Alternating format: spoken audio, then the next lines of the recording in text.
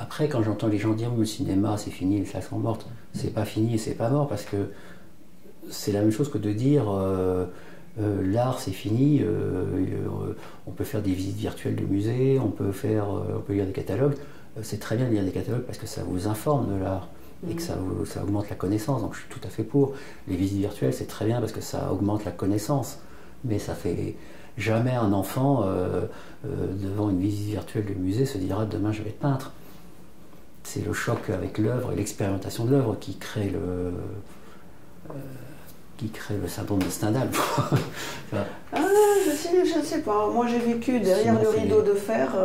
J'avais aucune espèce de possibilité d'aller dans aucun musée du monde, comme beaucoup de mes amis. Et franchement, on a connu des musées grâce aux albums, souvent de très très mauvaise qualité, et les gens sont assez cultivés. Hein. Oui, mais cultivés. Il y a une différence énorme entre l'art et la culture, quand même. C'est bien que les gens se disent. D'ailleurs, c'est quoi?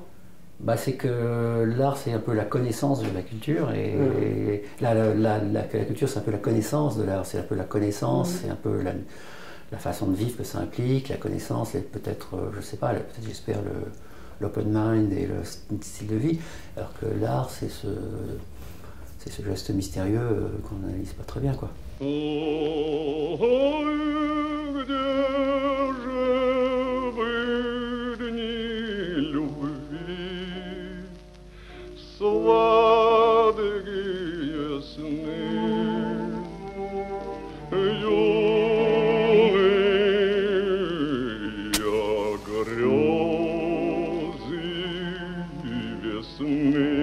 Charles Demeaux, on est dans la librairie du Globe, la librairie russe de Paris. Vous êtes réalisateur, producteur, artiste plasticien. Plasticien? Oui. Oui. Voyageur. Je ne sais pas qu'est-ce que voyageur fait dans la liste de présentation. Je vais commencer par quelque chose de... Pour mieux démarrer. La maison de production porte un nom d'une femme. Qui est cette femme? Qui est cette femme? Déjà, il faut dire que la maison de production que nous avons créée, j'ai créé avec Philippe Parreno, Pierre Huyghe, Dominique Gonzalez-Foster, il y a quelques années maintenant. Que les hommes? Alors c'est votre femme à vous? Elle est une... non, Dominique Gonzalez-Foster, c'est... Pardon. Quand même. Et non, c'est cette idée que la maison de production n'existe que par les traces qu'elle laisse. Et donc c'est cette idée d'un personnage de fiction qui est un personnage féminin parce qu'à un moment donné, la présence féminine dans le monde et dans l'art était quelque chose qui nous semblait évident, qui nous semblait être une évidence souvent mal nommée, mais qui nous semblait une évidence, et aussi parce que le personnage irréel, fantasmagorique et de fiction était mieux incarné par une femme évidemment que par un homme.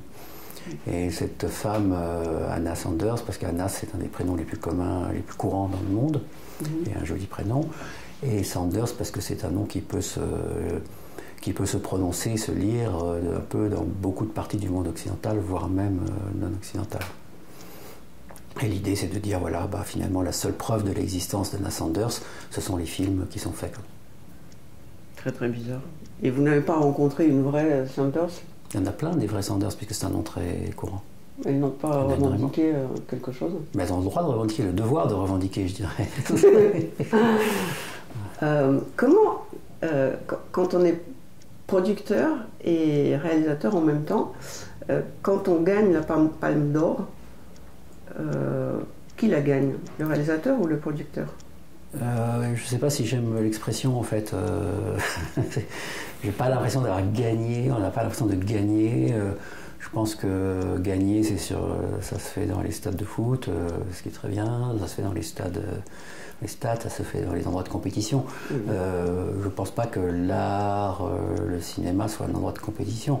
Je pense que c'est un endroit, au contraire, je pense que c'est un endroit de dialogue, c'est un endroit de confrontation intellectuelle et artistique, c'est un endroit d'affirmation des altérités, c'est un endroit tout sauf de compétition. Après, le monde est organisé tel qu'il est et on a besoin d'endroits un peu... on a besoin de créer des événements, on a besoin de créer tout ça. Donc la Palme d'Or, je ne pense pas que nous l'ayons gagnée, disons qu'on l'a plutôt reçue et que c'est plutôt c'est à la fois quelque chose de très important et quelque chose de pas important. C'est quelque chose de très important parce que, bah oui, on ne peut pas nier que c'est toujours agréable de recevoir quelque chose, et on ne peut pas nier que ça a un impact certain sur la visibilité du travail. Mais voilà, c'est la Palme d'Or, c'est la Palme d'Or de tout le cinéma à un moment donné, c'est la Palme d'Or de rêves qui aboutissent, c'est la Palme d'Or des spectateurs qui vont voir les films, c'est la Palme d'Or des journalistes qui écrivent dessus, c'est la Palme d'Or des gens qui ont travaillé pour faire le film. Ça. Donc voilà, c'est pas pour ça que j'ai du mal avec l'expression gagner. Moi j'ai du mal avec les prix parce que je trouve que recevoir de l'argent ou l'équivalent de l'argent en public, c'est un peu malsain. Il n'y a pas d'argent avec la Palme d'Or. C'est mon côté russe. Les pots de vin se donnent sous la table. Il n'y a pas de pot de vin avec la Palme d'Or et il n'y a pas d'argent ni en dessous ni au-dessus de la table. Ça donne aucun pouvoir, la palme, après, pour et après. Si nous cherchions le pouvoir, on aurait été oligarque, homme d'affaires, politique. Je ne sais pas, notre seul petit pouvoir, c'est un pouvoir inframince, comme dirait Marcel Duchamp. C'est que j'espère et j'ose espérer qu'on a réussi à un peu faire rêver quelques personnes dans le monde, qu'on a un peu réussi à faire penser quelques gens et qu'on a essayé de ne pas enlaidir le monde. Sans transition, dans votre vie antérieure, vous étiez jockey. Je fais du steeplechase. Et vous avez fait un film sur les jockeys, sur le jeu et sur le principe de gagner ou de perdre. C'est drôle que vous dites j'aime pas le terme gagner ou recevoir un prix, enfin gagner, et vous en avez fait un film quand même. Oui, mais c'est un film, c'est deux choses. C'est que la première chose, c'est qu'il y a des endroits où la compétition s'exprime et s'exprime de façon saine. C'est le sport par définition, il y a certainement d'autres endroits. Donc oui, c'est bien et c'est une vraie question. Et puis le film part de ce que c'est que de gagner dans la compétition sportive et continue dans ce que c'est que le jeu vraiment, c'est-à-dire le jeu au sens des Chinois, le jeu au sens de Mallarmé, qui est au sens de Platon, qui est le moment où on se confronte à son destin, quoi. Et c'est dans cette confrontation avec son destin, Platon disait, c'est le seul moment dans le jeu où l'homme est libre. Parce qu'il est à égalité avec son destin, il va le voir, le chercher. Ça, la civilisation chinoise, ou asiatique d'ailleurs, ça prend plus que la Chine, mais en l'occurrence ça se passe en Chine, est très fasciné par le jeu, parce qu'ils sont très fascinés par l'idée du destin, par l'idée de la chance, mais pas la chance au sens... pas au sens commun, au sens vraiment ce que c'est que le destin, la chance, le potentiel de chance qu'on a, enfin, ça. Et ils sont très fascinés par ça, et ils sont très fascinés donc par le jeu. Et c'est dans ce sens-là que le film s'exprime.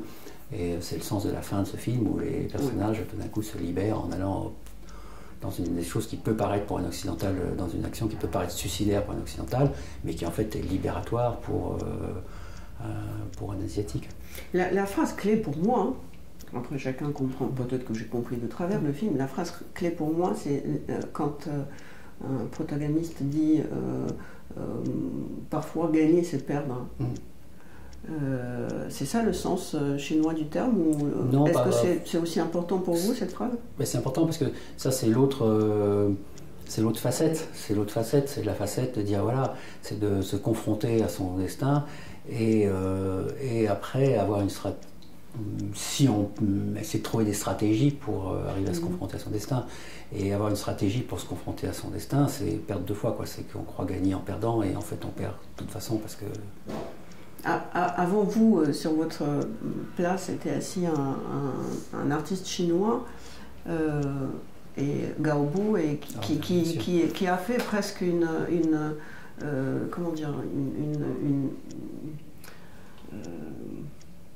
espèce de prosélytisme de loser. Il pense qu'il faut savoir perdre dans l'art, et il faut savoir rester un loser dans l'art.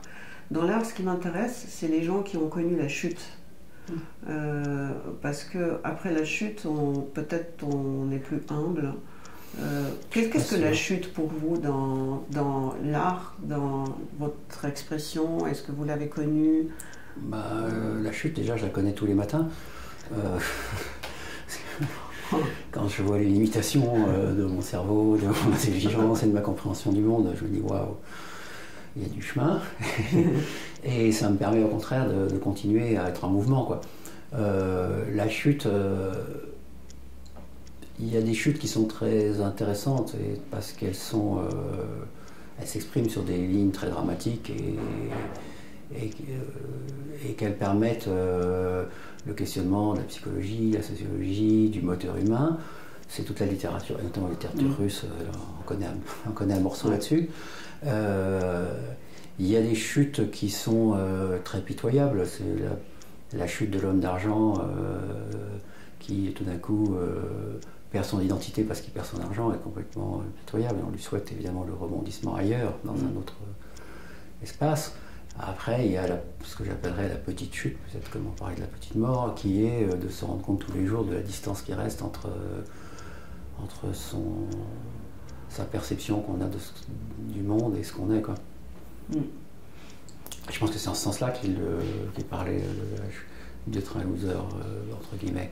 C'est que, évidemment, que dans l'art, la volonté de puissance dans l'art n'est pas forcément... toutes les exemples de l'histoire de l'art nous montrent, pas forcément ce qui amène le succès réel, quoi. Ouais. Votre film, le Stretch, celui qui parle des jockeys et du jeu, m'a amené à une autre question. Vous avez fait ce film non en Chine mais à Macao, parce qu'en Chine le jeu est interdit, si j'ai bien compris. Exactement. Et du coup, qu'est-ce que l'interdiction pour vous? Est-ce que l'interdiction dans l'art est une force créatrice? C'est très difficile. Moi, je sais pas, je peux pas répondre à une question comme ça. Je suis pas. Là, je commence à avoir l'impression d'être un peu comme un joueur de foot sur le terrain et qui devrait en même temps commenter le match. Donc, c'est très difficile de répondre à des choses comme ça. Non, je sais pas. L'interdit. J'essaie toujours de me dégager de ce genre de clichés, surtout quand je vois des gens qui vivent dans des endroits pénibles du point de vue de l'interdiction. Les gens qui disent oui, non, c'est vachement bien les interdictions, ça vous rend plus créatif. Je sais pas, je peux pas adhérer à ça, quoi. Après, la force d'expression en général, et donc artistique en particulier, mais la force d'expression en général, c'est comme de l'eau, quoi. Ça coule et ça rentre par tous les interstices. Donc effectivement, l'interdiction n'arrivera jamais à éteindre l'expression des gens, mais c'est l'expression des gens artistique, certainement, mais générale aussi. On n'empêche pas les gens de penser, on n'empêche pas les gens d'avoir leur personnalité, leur culture, ça. Et je dirais que c'est le domaine, après, là vous me questionnez sur des choses qui sont plutôt du domaine de qu'est-ce que c'est que l'illusion politique, de vouloir contraindre les gens, qu'est-ce que c'est que l'illusion du pouvoir, quoi. Mais c'est un autre sujet, quoi. On parle aujourd'hui au moment de la guerre, assez importante, voire mondiale, d'où ma question d'interdiction aussi. Parce que, par exemple, on parle de l'interdiction de la culture russe. Non, il ne faut pas dire des choses comme ça. Il n'y a pas d'interdiction de la culture russe, ça serait monstrueux de même vivre ça. Non, il n'y a pas d'interdiction. Enfin, je n'ai jamais rencontré personne, et personne dire qu'il faut interdire la culture russe. Malheureusement, c'est dans les réseaux sociaux dans lesquels se fait entre autres. Mais après, il ne faut pas non plus... Il faut mélanger. Le problème, souvent, c'est l'imprécision du verbe au moment qui est justifié l'imprécision du verbe, parce que quand il y a des situations de crise, il y a les émotions, il y a la volonté de réagir qui fait que les verbes... Je ne pense pas qu'il s'agisse d'interdire la culture russe, je pense qu'il s'agit effectivement d'utiliser, je pense que dans la tête des gens, c'est d'utiliser tous les moyens possibles pour essayer de contraindre un chef d'État à ne pas écraser le monde. Mais la culture russe, ça fait partie du monde et ça fait partie... Certes, mais dans la réalité, quand on dit que... J'ai vu ces choses très très drôles où j'ai vu où il y a des détournements du titre de Guerre et Paix. Oui, non, mais ça c'est drôle. Ça maintenant, ça, opération spéciale et paix. Exactement, non, mais ça c'est drôle. En revanche, on ne veut plus de films russes au Festival de Cannes. Non, on n'a pas dit tout ça. Non, je peux pas. Enfin, ou par exemple. On ne dit pas on ne veut plus de films russes. Enfin, j'ai entendu personne dire on ne veut plus de films russes au Festival de Cannes. C'est un fait. On dit on peut pas. Le Festival de Cannes dit ne peut pas pour l'instant collaborer avec les institutions russes. C'est tout à fait différent. C'est tout à fait différent. Peut-être, on peut en parler. Mais par exemple, il y a 2 jours, on arrête quelques tableaux de la collection Morozov qui se sont retrouvés en France parce qu'ils appartiennent. La collection appartient à la Russie ou à quelques personnes clés qui ont fait le don pour cette exposition temporairement et du coup on les a arrêtés. Ma question, on les a arrêtés, c'est-à-dire c'est-à-dire qu'on les a expropriés. On n'a pas mis les. On les a expropriés. Raison. Je n'ai pas entendu dire qu'on les a expropriés. On les a on ne les a pas rendus aux propriétaires parce que les propriétaires sont sous sanction. Ma question, elle est la suivante, parce que j'ai pas du tout envie mais là, vous me questionnez sur d'autres choses, et ça touche à d'autres domaines. Ça touche à un domaine qui est fondamental et qui met mal à l'aise les artistes d'une certaine façon. C'est qu'à un moment donné, le sort objet de l'œuvre d'art qui est revendu 10 fois et qui appartient à des gens qu'on ne connaît pas et qui est dans des circuits, ça, est-ce que je ne sais pas, quoi, c'est pas des questions auxquelles je peux répondre, ou même je ne peux même pas m'y intéresser fondamentalement parce que. Je vais essayer de reposer la question. En fait, pour moi, le fait qu'on le veuille ou pas, la culture russe est un tout petit peu mise en sourdine et c'est peut-être pas plus mal parce qu'il faut en discuter de ça. Mais il faut commencer par analyser les œuvres de Dostoïevski qui est le plus lu en Occident. Le fond de ma question, c'est que la culture est comparable dans sa valeur avec le pétrole ou l'or qu'on a gelé, parce qu'elle a un prix. La culture a un prix, l'œuvre d'art a un prix. Donc on dit que si on arrête... si on fait les sanctions sur le pétrole, pourquoi pas ne pas mettre la sanction, temporaire ou pas, sur une collection. Et on sait très bien que les musées sont remplis par les œuvres volées à cause ou grâce aux guerres. Moi, par exemple, j'aime pas les musées. Et je sais que vous n'aimez pas trop les galeries. En fait, c'est ça. Moi, je dis pas j'aime ou j'aime pas. Je dis pas j'aime ou j'aime pas. Je dis je dis des choses très simples parce que moi j'y connais rien, je viens nulle part, je sais pas. À un moment donné, moi ce qui m'intéressait dans le fait d'être artiste et dans le fait de faire des films notamment, ce qui m'intéressait c'est un besoin de créer des formes qui soient... je suis assez fasciné par les formes immatérielles, je suis assez fasciné par les formes qui créent des mythes, qui créent du lien en fait. Je suis plus fasciné par le lien créé par les formes de l'art que par les objets d'art, en ce sens-là, parce que j'ai été plus immergé dans peut-être par un réflexe un peu bête, mais le tableau sur la cheminée, moi ça m'a jamais attiré, quoi. Et de me dire que je vais travailler pour faire des tableaux sur la cheminée, ça tombe bien, je ne sais pas peindre. Donc, mais ça ne m'a jamais fasciné. En revanche, les miracles de l'art conceptuel qui, avec une phrase, arrive à faire penser le monde entier, à créer virtuellement dans la tête des gens, oui, ça m'a complètement fasciné, comme le découvrir le secret des pyramides, un peu, quoi. Le lien que le cinéma crée avec ses spectateurs, et dans ça, oui, c'est quelque chose qui me fascine et qui me fait toujours rêver. Et dans les galeries ou dans les musées, ce qui m'intéresse, c'est de faire des choses qui créent du lien avec les gens. Ce qui m'intéresse, c'est le lien qu'on crée avec les autres, quoi. C'est ça qui m'intéresse. C'est ça qui moi, le sort des objets eux-mêmes, j'ai du mal c'est un domaine que je connais mal et qui ne me fascine pas, quoi.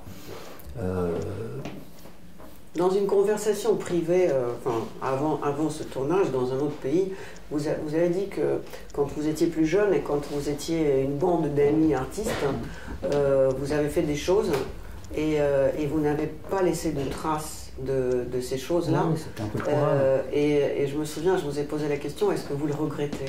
Non, je ne regrette pas, parce que le programme, c'était plus aussi déjà de créer de la vie et d'être vivant. C'était déjà d'essayer d'être vivant et de créer des liens et de la vie, plus que de créer des objets. Et le programme, c'était effectivement, il y avait un côté un peu qui reste, enfin, je pense toujours à ça, il y a un côté revendicatif dans le fait de dire on est dans un monde d'objets et je ne veux pas vivre dans ce monde d'objets, quoi. Je sais pas. Alors après, toute expression est toujours réductrice, évidemment. Évidemment, je vois bien, je suis pas complètement niais, je vois bien la beauté d'un Botticelli ou le génie de Picasso ou ainsi de suite. Mais néanmoins, je suis plus fasciné par la framince de Marcel Duchamp ou par l'immédiateté révolutionnaire des artistes punk, des musiciens punk, que par la belle façon de l'objet. Et je ne suis pas sensible au destin des objets, quoi. D'accord. Donc, est-ce que je comprends bien que vous ne considérez pas que l'art, c'est le décor de notre quotidien? Vous êtes. Non, le décor ne m'intéresse pas tellement, quoi. Oui. Oui. C'est la vie, c'est la culture, c'est la rencontre, c'est la confrontation des altérités, c'est l'image au sens de l'image qui nous appartient et qui nous représente, comment est-ce qu'on se représente, comment est-ce qu'on représente les autres, comment est-ce que ces représentations entrent en phase ou en conflit, comment est-ce qu'elles jouent avec le monde commercial ou avec le monde intellectuel, c'est ça qui me motive le plus, qui m'intéresse le plus. D'autant plus, moi, en fait, le fil conducteur de nos entretiens ici, c'est l'art et le pouvoir. Ah oui, non, je ne savais pas. Je quitte la table tout de suite.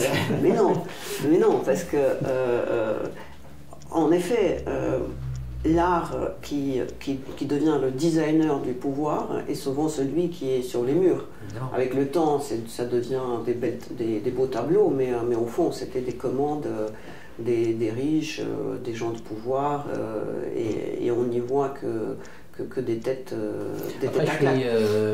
Voilà, c'est toujours une chose. Je pense qu'il faut avoir une zone d'immédiateté, de choses directes. Après, il faut respecter la complexité du monde. Mais vous êtes dans, si je comprends bien, parce que pour vous, ce qui est plus important, c'est l'influence de l'art sur notre esprit, par le verbe ou par peut-être une certaine idéologie, ce qui fait que c'est encore plus le pouvoir qu'un tableau au-dessus de la cheminée, parce que de toute façon, le clock, il ne réfléchit pas beaucoup. Le pouvoir, oui et non. Ça dépend de ce qu'on appelle le pouvoir. C'est le pouvoir de comprendre l'autre, c'est le pouvoir de faire rêver l'autre, c'est le pouvoir d'être réceptif à ce que pense l'autre, qui est à mon avis le plus grand des pouvoirs. Moi, c'est dans le sens politique. Est-ce que l'art est politique ? Non, mais l'art est politique parce que tout est politique. C'est de croire que rien n'est politique est une illusion dangereuse. Et moi, je pense que dans mon travail notamment, j'ai toujours eu quelque chose qui est certainement éminemment politique, qui est que moi je suis fasciné par l'altérité de l'autre, comment est-ce qu'on peut appréhender l'altérité de l'autre, et on se rend compte que plus on avance, plus ça recule, quoi. Moins on peut Et ça, je trouve que c'est un mouvement qui est absolument fascinant et qui est sans fond et qui est absolument passionnant. Et aussi, comment est-ce qu'on peut je dirais que la société telle que nous la vivons est basée sur le fait qu'on a une capacité à brasser des images dans tous les sens et ça, et je crois qu'on ne se rend pas compte qu'on vole l'image des gens, des autres. Et qu'à la fin, c'est plus que des images complètement désincarnées qui circulent. Et c'était le point de départ d'ailleurs de mes films, c'était cette idée de rendre leur image aux gens. Vous parliez de Macao. Macao, par exemple, est un endroit mythique qui a été écrit dans la littérature, qui a été filmé, et en fait, personne n'est jamais allé à Macao, il n'a jamais filmé à Macao. Et donc l'idée, c'était aussi ça, c'était de rendre à Macao une image, une vraie image, une image de réalité. Je crois beaucoup à l'ontologie entre l'image et la réalité, c'est un questionnement permanent dans mon travail, et je me sens plus D'ailleurs, c'était un des points de départ de notre réflexion, c'est de se dire, voilà, il faudrait de nouveau retrouver le cadre. Oui, c'était un cadre très strict, presque idéologique, des opérateurs lumière qui partaient au bout du monde et qui avaient un pied avec une seule hauteur, une seule focale, et qui devaient faire des plans avec un seul axe, sans bouger la caméra, ils n'avaient pas à toucher la caméra, et ça, pour essayer de ramener un bout de quelque chose, de la vie. Et je crois que vraiment, c'est quelque chose qui est important, quoi. Je crois que c'est quelque chose qui est important, il y a une espèce d'ontologie de l'image qu'il faut arriver à retrouver. Il y a un autre film qui m'a fasciné par le nombre de signes que j'ai retrouvés là-bas. Après, c'est peut-être une coïncidence, mais ma vie, elle est faite de coïncidences. Ma vie intellectuelle, je veux dire. Je tombe sur votre film sur des jésuites qui viennent en Chine. Pour un Russe, jésuite, c'est un ennemi. C'est vraiment. C'est d'ailleurs peut-être notre. Il y en a qui pensent que c'est notre drame parce que les jésuites ne sont pas allés plus loin que la Pologne, d'où maintenant notre problème à nous tous, Russes, qu'on est resté quelque part des Tatars et aujourd'hui on est un peu à la marge du monde. Le jésuite arrive en Chine et il y a une scène qui pour moi est fondamentale. L'impératrice chinoise vient voir son mari joue aux échecs avec elle, tout en jouant aux échecs. Les échecs aujourd'hui, tout le monde sait à quoi on fait l'allusion. Tout en jouant aux échecs avec elle, il lui autorise de gagner, tout en donnant l'ordre d'écorcher vif quelqu'un. Elle gagne, la femme gagne. Ça arrive souvent dans la vie. Pas dans la vie des empereurs, peut-être, quand l'empereur l'autorise. Elle gagne et il demande qu'est-ce que tu veux en cadeau pour cette victoire. Et elle demande un portrait fait à l'occidental. Je trouve que cette histoire, les échecs, l'empereur, les tortures, la femme qui gagne et qui finalement est asiatique mais demande quelque chose d'occidental, mais à la fin du film elle meurt. Et les jésuites qui voulaient occidentaliser et apporter quelque chose de bien à l'Orient, est-ce qu'ils ont réussi? Est-ce que c'était légitime? Et aujourd'hui on sait comment ils ont échoué. Ce qui m'intéresse, pourquoi je tenais à vous voir, parce que en tant que Russe et donc asiatique, je sens qu'on est en diagonale dans ce carré, les États-Unis, la Chine, la Russie et l'Europe. Et vous êtes dans votre parcours artistique, vous savez faire le diagonal entre ces mondes opposés. Qu'avez-vous compris? Quel était votre message? Pourquoi les jésuites? Et savez-vous un détail?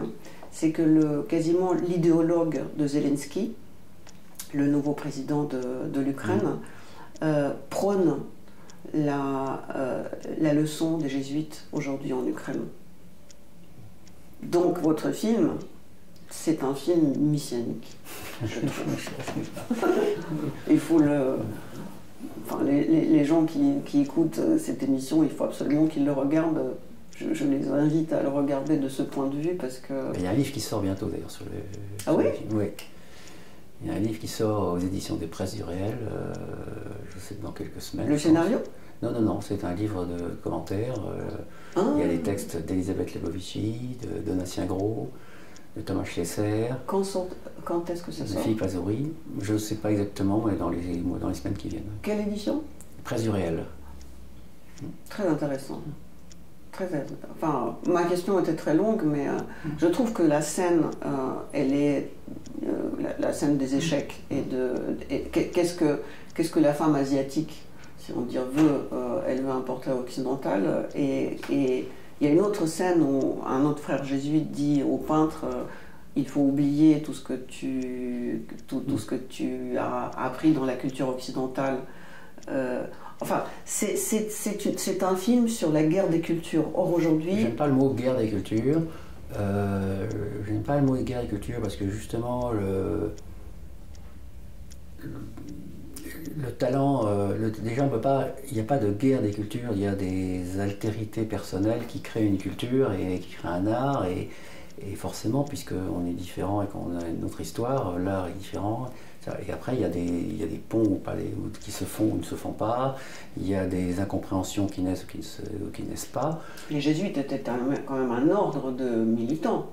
Non, mais les jésuites c'est un ordre militant, mais la caractéristique des jésuites et qui est intéressante et que j'espère qu'on voit un peu dans le film aussi, c'est que ce sont des gens qui sont arrivés en disant, au lieu de conquérir les gens par le glaive et le pouvoir politique brutal, on va les conquérir par l'élitisme, entre guillemets, c'est-à-dire en amenant tous les compléments à leur pensée, à leur culture. Et les jésuites étaient très passionnés par la culture chinoise, d'ailleurs Jean-Denis Attiret, le peintre, est aussi l'auteur des carnets de dessins des jardins chinois.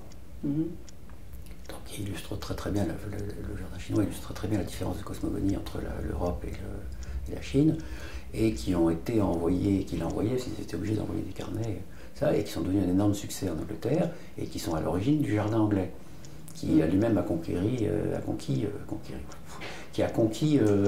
toute l'Europe de l'Ouest, ça au XIXe siècle.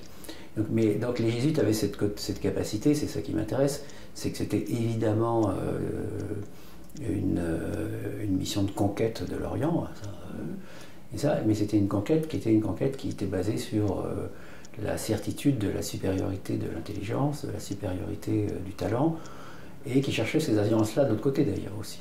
Et les jésuites se rendaient, contrairement aux autres missionnaires qui ont tous été tués, renvoyés, les jésuites étaient devenus indispensables à la cour de l'empereur et sont restés très longtemps comme ça. Et finalement, ils ont été plus renvoyés par les Occidentaux que par les Chinois, puisque les fameuses querelles sur le rite des anciens, c'est connexe à l'histoire du film, bien sûr, mais c'est la suite. Ils ont été dissous, les jésuites.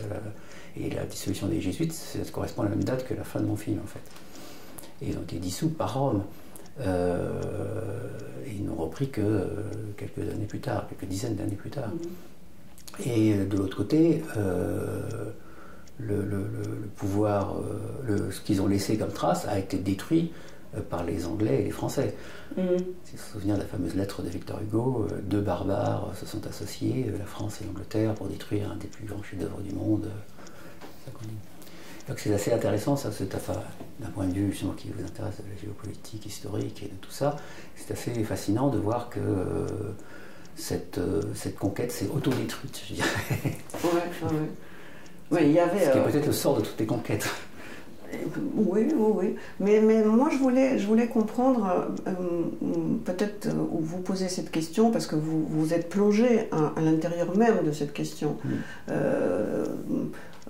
De ce désir aujourd'hui tout est mondial, les expositions, vous avez une opinion sur les expositions, vous mettez en cause les expositions, si j'ai bien compris, ou c'est plutôt votre partenaire Non, mais je mets rien en cause de rien d'ailleurs, j'essaie juste d'être vivant et d'avancer, de faire ce que je pense devoir faire ou pouvoir faire ça. Et dans l'exposition, c'est la même chose. L'exposition, c'est un questionnement, parce que l'exposition, elle est souvent conçue comme étant la mise à disposition d'objets dans un espace clos.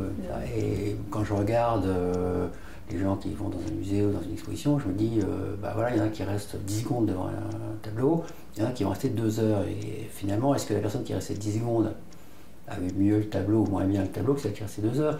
Et pourquoi et je me rends compte que finalement, ce que moi je pense mettre à disposition des gens, c'est leur prendre, moi je leur mets rien à disposition, sinon je me dis, mais en fait je leur prends quelque chose, je leur prends du temps, et c'est quand même ce qu'il y a de plus précieux dans la vie, et je leur prends du temps, et donc j'ai envie de leur parler de ce temps, et de les accompagner dans ce temps, et qu'on ait un temps partagé, quoi. Ça m'intéresse plus d'établir une relation dans ce temps que de leur montrer des objets, quoi. Non, pour revenir vers l'Orient et l'Occident. Et Philippe Parreno, par exemple, travaille aussi Oui, beaucoup oui, sur ces oui. questions-là, parce que lui, il était encore plus loin, dans le sens où il pense qu'il réussit très bien à mettre ses expositions en scène comme un film avec un scénario qui emmène les gens dans un parcours, quoi. D'ailleurs, Philippe Parreno a dit qu'au départ de son grande installation au Palais de Tokyo, il voulait faire un film qu'il n'a pas réussi à faire et du coup, il a fait autre chose. Moi, j'ai participé comme ça à une exposition qui était un film, comme ça, où c'était que des artistes conceptuels qui s'entremêlaient. C'est un changement de paradigme, mais en fait, ça reste toujours l'expression plastique, quoi. C'est toujours les mêmes questionnements qui relèvent du champ des arts plastiques. Dans l'art, on dit peintre, sculpteur, architecte, cinématographe, enfin cinéma, comment on dit. Gardien de musée. Oui, ça c'est autre chose. Hein. Commissaire. D'ailleurs, que pensez-vous? Aujourd'hui, commissaire, c'est pas un créateur en soi. Tout le monde est un créateur, c'est pas ça le. Et on peut dire tout le monde est un créateur avec démagogie, et comme on peut dire se rendre compte que la position, moi je sais pas, la position verticale est quelque chose qui, à mon sens, n'appartient pas au monde contemporain. Moi j'ai juste envie de pouvoir partager avec les gens quelque chose, quoi. J'ai pas envie de dominer. Bon, j'essaie toujours de rembobiner vers ma question initiale. À chaque fois, on se fait délier avec vous, c'est compliqué. Orient et Occident. Hier, on a eu le premier tour des élections. Et le peu de temps qu'on a eu avant les élections de discours des candidats, tout le monde parlait, enfin quasiment tout le monde parlait de la fin de civilisation.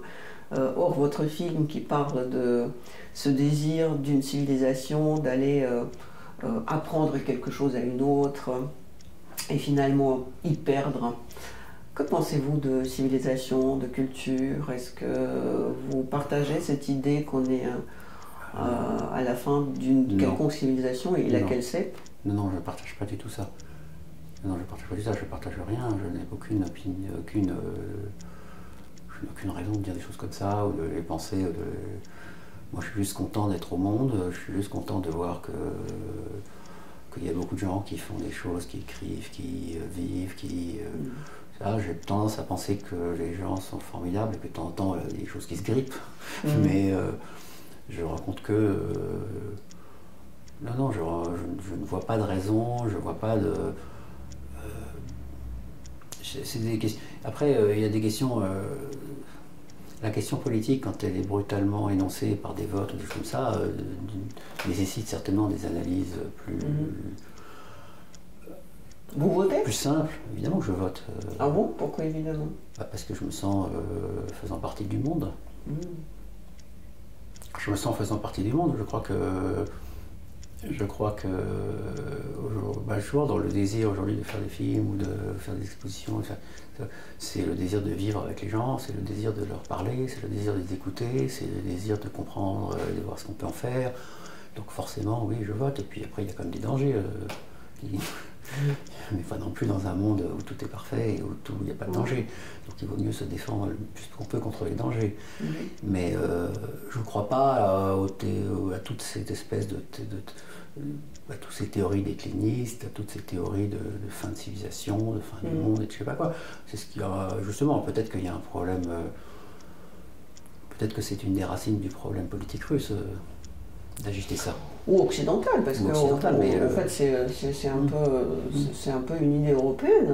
Oui, bien sûr. La fin d'une certaine civilisation. C'est une idée européenne qui a commencé en 900 et quelques, donc on a eu le temps de l'épuiser quand même. On a eu le temps d'en faire le tour.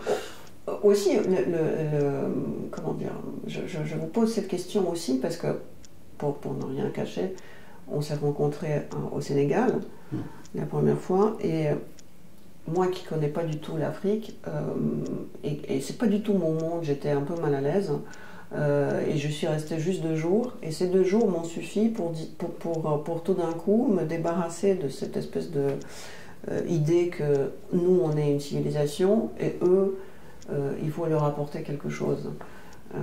Parce que j'ai l'impression que quand tu vois un Sénégalais qui est beau, qui te dit bienvenue, qui est juste la force de la nature, qui est bienveillant, c'est la civilisation, c'est eux et nous, on est juste la fin de race. Oui, enfin, Est-ce que le fait que vous allez faire vos films ailleurs qu'en Europe, ailleurs que dans le monde occidental, est-ce qu'il y a une raison esthétique, économique, politique, de liberté? il y a une doit y raison, avoir une raison. il y a bien sûr qu'il y a une raison, c'est très, j'espère. Je ne veux pas être prétentieux, mais quand même, il y a une raison. Il y a une raison. Il y a une raison. Alors on peut la lire de façon politique parce que oui, quand on s'exprime, il y a forcément la raison, c'est que je suis parti de cette idée de se dire comment est-ce qu'on se confronte à l'autre, comment est-ce qu'on se confronte à l'altérité de l'autre, et aussi comment est-ce qu'on rend une image à tous ces gens dont on a volé leur image. Et le début, c'est quand au moment de l'effondrement de l'Union soviétique, donc il y avait d'un côté l'Union soviétique qui s'effondrait un peu d'une certaine façon. Hein. J'aime pas le mot effondrement, mais qui se transformait, la fin de l'empire Évolué. Voilà.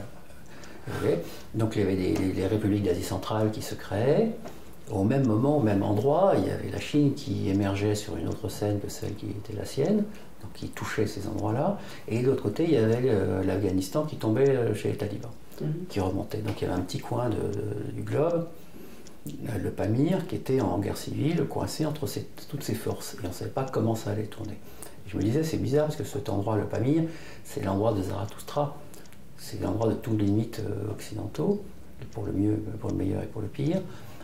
Comment ça se fait qu'on n'ait pas d'image de ces gens, et comment ça se fait que personne n'a filmé là-bas, c'était pas assez important, pas assez ceci, pas assez cela. Comment ça se fait qu'on n'ait jamais d'image de cet endroit-là réel, qu'on en parle juste comme une espèce d'abstraction, oui, il y a le Pamir, c'est très beau. Voilà. Et comment on peut leur rendre leur image. Et donc j'ai essayé d'aller là-bas, de les rencontrer, de sentir comment on pouvait faire quelque chose. Et le film Le Pont du Trieur, que j'ai écrit avec Philippe Parreno. C'est vos premiers films, en fait, que oui. vous avez fait dans ce... Et né de ça, né de ce questionnement autour de l'altérité, de rendre leur image aux gens. C'est le sens de cette image de fin où on reprojette les enfants qui jouent à Carogue dans le stade à Paris. Donc c'est un film un peu, comment dire, essai comme un essai, quoi, ou qui est aussi programmatique, qui a été un peu les bases théoriques de mon travail suivant, quoi. Moi, j'ai pensé que quand j'ai vu ces films, vous avez commencé votre vie de cinéaste dans ce secteur de Tadjikistan, Ouzbékistan, Kazakhstan, enfin tous ces stans, qui aujourd'hui est devenu un mot péjoratif, parce que je ne sais plus comment on appelle. Comment on appelle c'est le plus beau pays du monde, c'est un endroit extraordinaire. Non, mais bien sûr, mais en France, d'ailleurs ça me scandalise parce que quand on veut parler de l'administration française, on dit quelque chose stan parce que tellement c'est... Je parle rarement de l'administration française. Mais voilà, mais moi parfois je suis obligée de faire quelques démarches et je me souviens que je me disais pourquoi ils ne disent pas, par exemple, comme ville, administrative ville, je ne sais plus quel mot, mais ils utilisent toujours le stan à la fin. Aujourd'hui, ces républiques et les cinéastes qui y vont sont un peu accusés, parce qu'il y a beaucoup d'argent là-bas. Depardieu, par exemple, qui est allé souvent là-bas, aujourd'hui, il devient un peu la personne non grata parce qu'il a trop chanté des louanges aux dictateurs de ce territoire. Vous avez commencé, donc vous avez échappé à cette espèce d'amalgame. J'ai échappé à rien du tout, parce que j'ai rien à échapper. Moi, j'ai jamais été ami d'un dictateur quelconque. Je n'ai jamais aucun,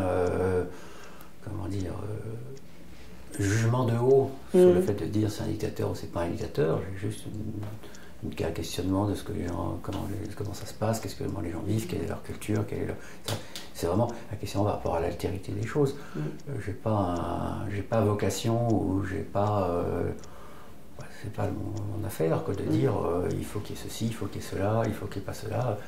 C'est pas pour ça que je dis c'est très très bien de mettre les gens en prison et d'être corrompu.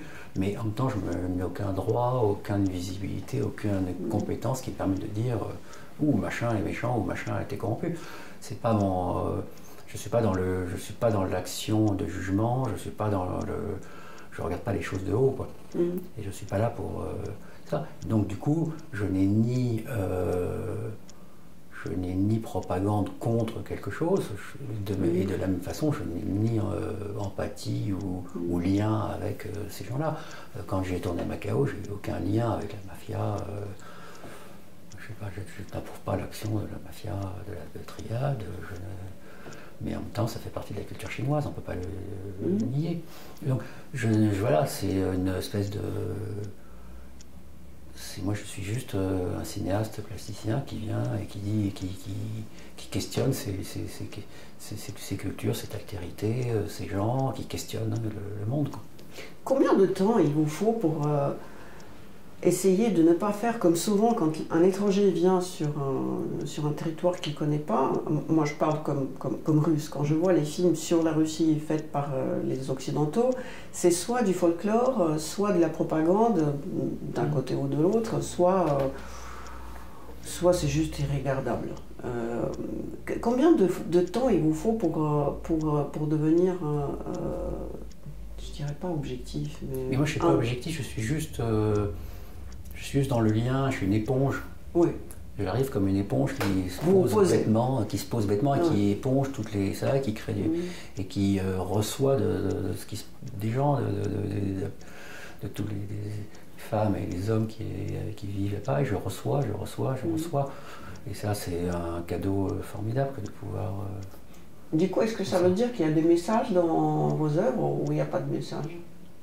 Il n'y a pas de message parce que je ne crois pas au message. Moi, je suis pas SNCF. Je ne dis pas attention, le train va partir dans 5 minutes. J'espère qu'il y a de la vie et des questions. Génial. J'adore. Je ne dis pas SNCF. Le cinéma est un art collectif. Et du coup, il demande un financement.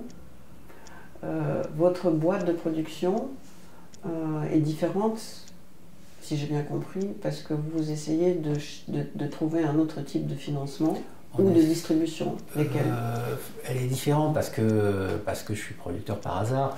En fait, nous avons créé la société de production parce que il y a un aspect justement artistique dans le fait d'avoir créé cette production qui est que très tôt, on a pris conscience, nous avons tous pris conscience que vous savez, ces fameux débats 100 000 fois réglés et que maintenant tout artiste sait qu'il n'y a pas de différence entre le fond et la forme, c'est pas vrai, enfin, tout le monde le sait, quoi. Il n'y a que ce qui est là, quoi. Il n'y a pas... tout l'art moderne, tout l'art contemporain nous l'a bien appris, il n'y a que ce qui est là, il n'y a pas autre chose.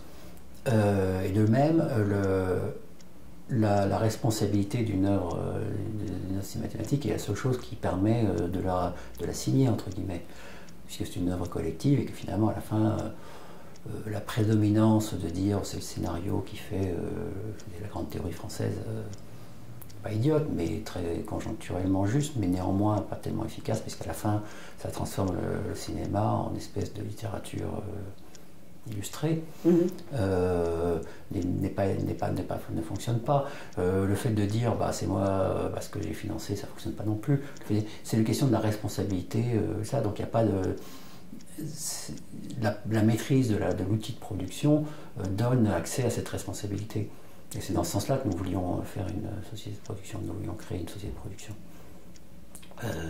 Et après, il se trouve que comme c'était créé pour mon premier film, je m'en suis retrouvé avec la société de production. Et d'ailleurs, c'est pas mon premier film qui a été tourné, c'est le film de Pierre Huyghe, Blanche-Neige Lucie. Et que j'ai essayé de la faire vivre, parce que je crois beaucoup qu'on n'a pas raison tout seul, quoi. Et que je crois beaucoup qu'il faut, comme dirait un peu Deleuze, qu'il faut habiter un territoire, quoi. Donc c'est ça le justificatif et la raison d'être de cette société de production. Le financement, après, ça fait partie, c'est un des aspects pratiques, concrets de la vie de tous les jours. comment financer. Je n'en ai pas les plus brillants, moi je connais rien aux actions bancaires et aux choses comme ça. Mais après, on va trouver des alliances on va trouver d'autres façons de faire ou pas. Enfin, il n'y a pas de doctrine sur le financement. Après, c'est évident que plus les financements passent par des strates et des strates de commission ou par des commandes directes de télévision, plus vous êtes obligé de faire ce qu'on vous demande. Ça, on peut pas, ça me semble inéluctable. Et il faut être très naïf pour se réveiller un beau matin en disant mais on m'a acheté un film pour 8 heures et en fait j'ai fait un film pour minuit. Ça semble être une réalité du monde qu'on va difficilement échapper. Donc c'est pour ça que la maîtrise de l'aspect de production est importante aussi, pour pouvoir savoir, comprendre et admettre dans quel cas on joue et comment on peut être le plus malin possible face à ces données. Il y a aussi dans la description de votre boîte le mot indépendant. Peut-on vraiment être indépendant? Bon, on peut toujours choisir d'être indépendant, comme on peut toujours choisir de ne pas être indépendant. Après, le problème, c'est de ne pas choisir. Parce que quand on ne choisit pas, on arrive dans cette espèce de naïveté qui ne produit pas grand-chose. L'indépendance ne me paraît pas être le critère absolu de toute la création et de toute la vie. Et en même temps, quand on n'est pas capable, ou quand son sous-recherche ne correspond pas à la demande, ça vaut mieux être indépendant. Donc c'est pour ça, bien sûr que oui, en fait, on est très indépendant. Oh, je confirme d'ailleurs votre anecdote sur un financement raté d'un Abramovich, qui vous vaut peut-être aujourd'hui beaucoup de calme dans votre vie. C'était une drôle d'histoire. Hein. Vous pouvez la raconter? Je peux la raconter, mais elle n'est pas... Abramovich a financé des gens tout à fait respectables, comme Zviagintsev. Oui, c'est ça. Et après, moi, j'ai pas de encore une fois, j'ai pas de jugement sur Abramovich. Je ne connais rien de lui. Non, mais bien sûr, mais c'est un gars qui aidait des réalisateurs tout à fait respectables. C'est quelqu'un qui mène ça depuis longtemps. Et pourquoi vous n'avez pas voulu de son argent? C'est pas que je n'ai pas voulu de son argent, c'est que c'était pas possible dans les conditions qu'il nous imposait et dans son rapport aux gens et dans son rapport que je pouvais avoir avec lui, ça a rendu la chose impossible. Et alors, ce qui veut dire qu'il y a l'argent qui pue et vous prenez pas la... C'est-à-dire que... je n'ai pas de jugement, parce que l'argent qui pue, il y a de l'argent qui pue, ça tout le monde est bien d'accord là-dessus. Mais moi je ne le connais pas, l'argent qui pue, je ne suis pas financé par des marchands d'armes et des marchands de je sais pas quoi. Donc je ne connais pas, je n'ai pas... Ça, le problème, c'est qu'il y a l'argent qui crée une relation qui avance, et il y a l'argent qui crée une relation qui recule. Et j'essaie de ne pas me mettre dans des configurations où on recule. Quel est votre flair? Quand savez-vous que ça va vous faire reculer? Je le sens parce que quand les malentendus sont trop forts sur la raison de financer, quand les attitudes sont pas les bonnes, quand moi je crois à l'honnêteté et à l'engagement. L'honnêteté et l'engagement, c'est que je crois qu'on peut pas faire semblant de croire que les gens vont acheter autre chose, vont payer pour autre chose que ce qu'on va leur proposer, quoi. Et à partir de ce moment-là, tout va beaucoup mieux. Parce que quand on finance un film d'Apichatman de Grâce à la Cool, par exemple, tout le monde sait qu'il ne le finance pas parce qu'il veut récupérer son investissement multiplié par 10. Après, on est responsable, on n'est pas des farfelus, enfin j'espère. Donc on ne perd pas l'argent, on ne le dépense pas n'importe comment, on ne le perd pas. Mais effectivement, on n'est pas une banque, on ne dit pas aux gens, si vous mettez 1 euro chez nous, vous en aurez gagné 10. Donc ils viennent donc pour d'autres raisons. Et ces raisons, il faut qu'elles aillent dans le sens de la marche, quoi. Pourquoi vous préférez distribuer vos films dans des lieux spécifiques comme un musée ou pas? Non, mais je fais mes films partout, ils vont dans les salles, nos films, ils vont partout. On est partout, on fait des blockbusters. Mais c'est peut-être un journaliste qui a mal interprété, j'ai lu quelque part. Non, parce qu'il y a des films, c'est pas que je préfère ou préfère pas, c'est qu'à un moment donné, on va pas, encore une fois, on va pas contre, c'est-à-dire que je sais pas faire un film qui est objectivement un film qui est un film de plasticien, il va mieux trouver sa voix, il va mieux dialoguer avec les gens dans un espace de musée, alors qu'un film qui au contraire nécessite une salle noire, une concentration pendant 1h30, 2 heures, et qui a une fictionnalisation, ça, il va au contraire mieux trouver sa place dans une salle de cinéma.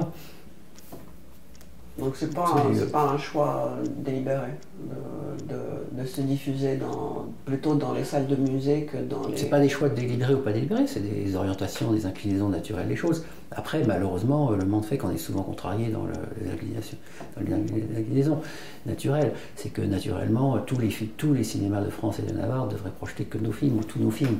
Et c'est pas toujours comme ça que ça se passe. Mais vous voyez, il ne faut pas se tromper de combat, quoi. C'est que la salle de cinéma, oui, quand on fait un film et qu'on écrit avec un scénario et qu'on tourne avec des comédiens et qu'on veut prendre 2h30 de temps aux gens, ça, oui, on est mieux dans une salle noire avec un début et une fin que dans un musée où on rentre, on sort. Oui, si on fait un espèce de wall painting de vidéo qui dure 7 heures et où il faut rentrer, sortir, se replonger, dormir un peu, rêver, je sais pas quoi, on est mieux dans un musée. Et l'économie du cinéma ne va pas accepter. Donc il ne faut pas se tromper de combat. Vous croyez encore aux salles de cinéma? C'est vous qui m'avez dit moi j'y crois parce que la salle existe au fait grâce au popcorn et pas du tout grâce au film. Non, mais les circuits dynamiques après connexes, c'est un truc, c'est quelque chose qui est absolument, enfin tout le monde le sait. Aujourd'hui, il y a un espèce d'aspect de commerce et de financiarisation de la culture qui est très étrange, où le disque, la musique existe parce que les musiciens font des publicités pour les vêtements et que les marques de vêtements financent les diffusions électroniques gratuites. Ça, tout se passe par des biais. Le biais du cinéma, c'est effectivement souvent la sucrerie et les bonbons et les gadgets qu'on vend dans les choses. Ça, je peux le déplorer, mais en même temps, chaque époque a son travers ou ses qualités. J'en sais rien, mais c'est comme ça.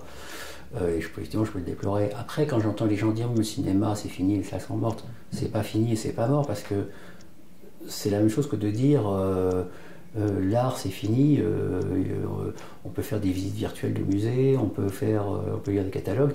C'est très bien de lire des catalogues parce que ça vous informe de l'art et que ça augmente la connaissance, donc je suis tout à fait pour. Les visites virtuelles, c'est très bien parce que ça augmente la connaissance, mais ça fait... Jamais un enfant devant une visite virtuelle de musée se dira demain je vais être peintre. C'est le choc avec l'œuvre et l'expérimentation de l'œuvre qui crée le syndrome de Stendhal. Je ne sais pas. Moi j'ai vécu derrière le rideau de fer. J'avais aucune espèce de possibilité d'aller dans aucun musée du monde, comme beaucoup de mes amis. Et franchement, on a connu des musées grâce aux albums souvent de très très mauvaise qualité, et les gens sont assez cultivés. Hein. Oui, mais cultivés. Il y a une différence énorme entre l'art et la culture quand même. C'est bien que les gens se disent. D'ailleurs, c'est quoi? C'est que l'art, c'est un peu la connaissance de la culture, et la culture, c'est un peu la connaissance de l'art. C'est un peu la connaissance, c'est un peu la façon de vivre que ça implique, la connaissance, peut-être, je sais pas, peut-être j'espère l'open mind et le style de vie, alors que l'art, c'est ce geste mystérieux qu'on n'analyse pas très bien, quoi. Peut-être, oui. Mais l'art contemporain n'est pas en grande partie une espèce de divertissement? Le monde est un espèce de divertissement, donc l'art est un divertissement aussi. Je ne sais pas, je pense pas, je pense que c'est une expérience intime et que les gens sont plus ou moins sensibles. Moi, je ne peux pas avoir prétention à ce que tout le monde tombe. Les gens sont plus ou moins sensibles à certaines choses. Je ne sais pas, il faudrait interroger des directeurs de musée. Vous avez dit que vous êtes réalisateur et plasticien. En quoi la différence du artiste plasticien ou de réalisateur? C'est des différences d'histoire, de pensée. C'est des différences de lieux de diffusion, ce sont des différences de public un peu différents, mais qui se retrouvent. Et puis après, moi j'ai plutôt tendance à dire que j'essaie de mettre en œuvre les choses qui correspondent à mon imaginaire et à mes questionnements. Et il se trouve que ces choses se jouent à la frontière entre le cinéma et les arts plastiques. Mais ça, je suis profane, hein. Je voudrais, par exemple, Tarkovsky, qui est un réalisateur qui ne se disait pas plasticien. Non, mais qui était pas spécialement. Qui était très, oui, mais en quoi plasticien? Ou alors vous faites du cinéma en tant que réalisateur et vos installations vidéo, c'est de ça. C'est ça. Les installations, il n'y a même pas d'image. Oui, c'est un peu gênant. Non, mais ce que je veux dire, c'est... toutes ces catégories sont efficientes et pas efficientes. À un moment donné, quand on est obligé de communiquer avec des gens, leur dire de dévoiler un peu le programme de ce qu'on va faire, ils voient bien si on s'adresse à une salle de cinéma ou si on ne s'adresse pas à une salle de cinéma. Ça fait déjà une première façon de... Et quand on s'adresse dans une salle de cinéma, vaut mieux dire qu'on fait du cinéma, quoi. Ça attire plus.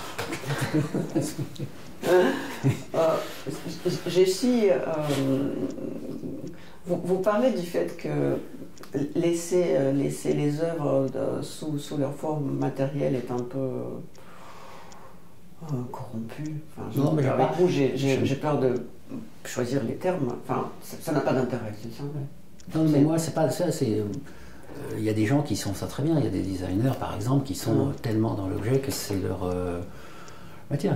Je n'ai rien contre les designers, mais moi, ça me motive pas, quoi. Je n'ai pas j'ai jamais eu un questionnement face aux objets, et j'ai même eu peut-être.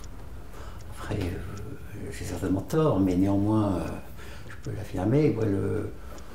Le tableau dans son cadre doré sur la cheminée, c'est même peut-être un rejet, quoi. À un moment donné, je me suis dit, il y a quelque chose qui ne va pas avec ça, quoi. C'est pas quelque chose qui me... C'est pas le monde dans lequel j'ai envie de vivre, c'est pas ce qui m'excite. Enfin, moi, quand on me demande, c'est un peu facile, mais c'est vraiment ce que je ressens. Moi, la meilleure définition que j'ai jamais trouvée, c'était celle de Fluxus, de Robert Filliot, qui disait, l'art, c'est ce qui rend la vie plus intéressante que l'art. Et c'est ça le fond pour moi. Et puis après, il y a des questions d'époque, il y a des questions de pertinence des choses. Aujourd'hui, je trouve ça très courageux, et il y a beaucoup de gens qui le font, qui réussissent très bien, mais moi je trouve ça très courageux de voir faire de la peinture aujourd'hui. Quand vous voyez un Vernis de Vermeer ou les fonds d'un Botticelli ou je sais pas quoi, vous vous dites, est-ce que je vais aller faire ça, quoi? Est-ce que je vais aller me mettre dans cette galère, quoi? Pourquoi galère? Parce que je pense que c'est très difficile aujourd'hui d'aller plus loin que cette forme-là, quoi. Non, parce que ce qui différencie le Néandertal de Cro-Magnon, le Néandertal, il savait dessiner une vache. Et le Cro-Magnon a su dessiner une vache avec un carré et un triangle. Il dit, ça c'est vache. Donc quelque part... Aujourd'hui, c'est tout à fait contesté. Comme on est des Cro-Magnons, Non, mais aujourd'hui, c'est encore contesté, même ça. Non, mais il y a des... je ne vois plus... Il y a des livres entiers aujourd'hui de spécialistes qui montrent que ça ne s'est pas passé comme ça. Donc c'est pareil, tout ça c'est des mouvements, c'est des... Et à un moment donné, chaque moment a son excitation, sa révolte, son excitation, sa forme, il y a des choses qui émergent. Et je pense qu'il y a un grand lien entre l'art et la culture, enfin l'art au sens large, la littérature, le cinéma, et un moment, quoi. Et que si on est en dehors de ces choses-là, on est aussi en dehors de la création, quoi. C'est assez étonnant parce qu'on voit des gens qui, quand on pense à des gens qui créent dans le passé, dans leur chambre, tout seuls, sans sortir de leur chambre et tout, on s'aperçoit que leur travail est d'une validité extrême par rapport au contexte du moment, alors qu'eux ne sortaient pas de leur chambre, quoi. Donc c'est quand même quelque chose qui questionne, quoi. S'il n'y a pas de... Ma question n'est pas anodine parce que je voulais en savoir davantage sur vous, et c'est vrai que je sais que vous faites des films, il y a quand même des plateformes, la Cinétech, où on peut trouver vos films, et puis il y a aussi des différentes façons. Je regarde jamais où on peut trouver mes films. Moi je peux vous dire qu'il y a des contrefaçons sans payer, ça existe, et heureusement. Moi je suis pour l'art gratuit. Voilà, moi je trouve que l'art doit appartenir au peuple et doit être gratuit et disponible en ligne, au moins les films. En même temps, et les textes des livres d'ailleurs aussi. Bref, c'est mon opinion, moi, ça ne regarde que moi. et après, il y a toute une liste de vos performances, de vos actions, et on ne peut pas voir. Et du coup, je ne peux m'intéresser que par le... on ne peut pas voir. Que par le nom. Par exemple, c'est le nom qui m'a... On ne peut pas voir. Il faut aussi remettre les choses... ça, quand on regarde le nombre de gens qui viennent voir les expositions et les performances, c'est tout à fait comparable au nombre de gens qui vont au cinéma. Hein. Peut-être, mais pour nous autres qui n'avons pas le visa, moi par exemple, j'ai vu La mort et la gloire, une de vos... c'est ça, voilà, c'est ça. Et j'avais, enfin tellement le nom me parle que j'avais envie de voir quelle était l'idée de cette installation. Du coup, je suis obligée de vous demander là maintenant de m'expliquer avec les doigts quelle était cette installation. Avec les doigts, c'est très très bien trouvé parce que justement c'est une installation avec les doigts. Puisque c'est un travail que j'ai mené à ce moment-là sur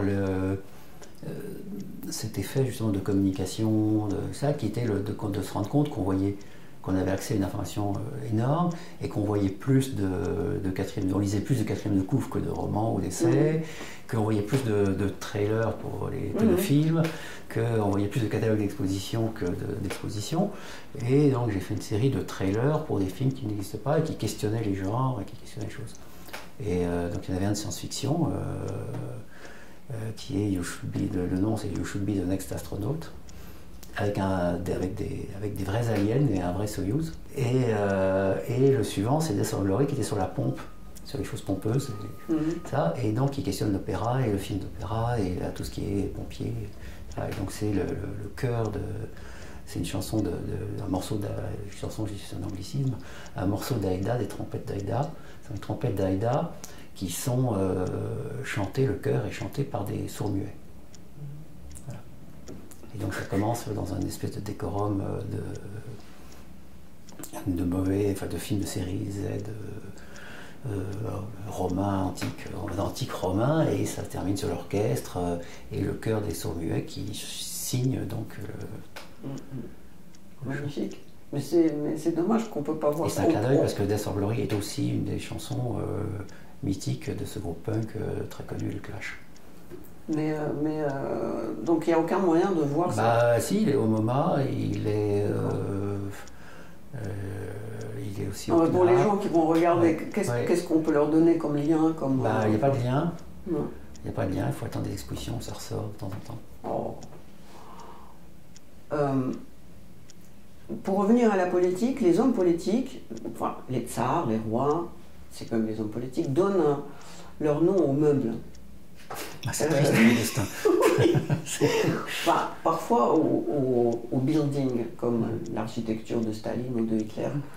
Dans les deux cas, c'est malheureux. Dans ce que vous faites, vous, y a-t-il des mouvements ? Y a-t-il quelque chose qui... Par exemple, une fois de plus, on s'est rencontrés au Sénégal et je sais qu'il y a une école de cinéma qui s'est créée là-bas. Je connais quelqu'un qui est complètement marginal, qui enseigne là-bas. Pour vous, y a-t-il... peut-on aujourd'hui donner un nom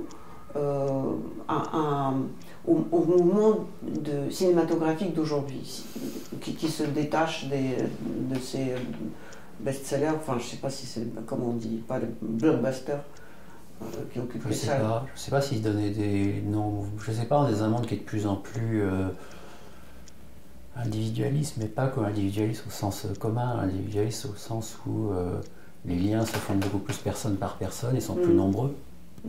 C'est le mode du réseau plus que le mode de la meute. Ah oui. Donc je pense que les non-mouvements n'ont moins leur sens et moins leur utilité, donc n'existent moins parce qu'avant les gens se fédéraient autour d'une idée, ils vivaient autour de ça comme une meute, et maintenant c'est plus complètement étalé comme un réseau. Et donc vous n'avez pas d'adeptes ou d'élèves? D'élèves, voilà, Dieu m'en garde.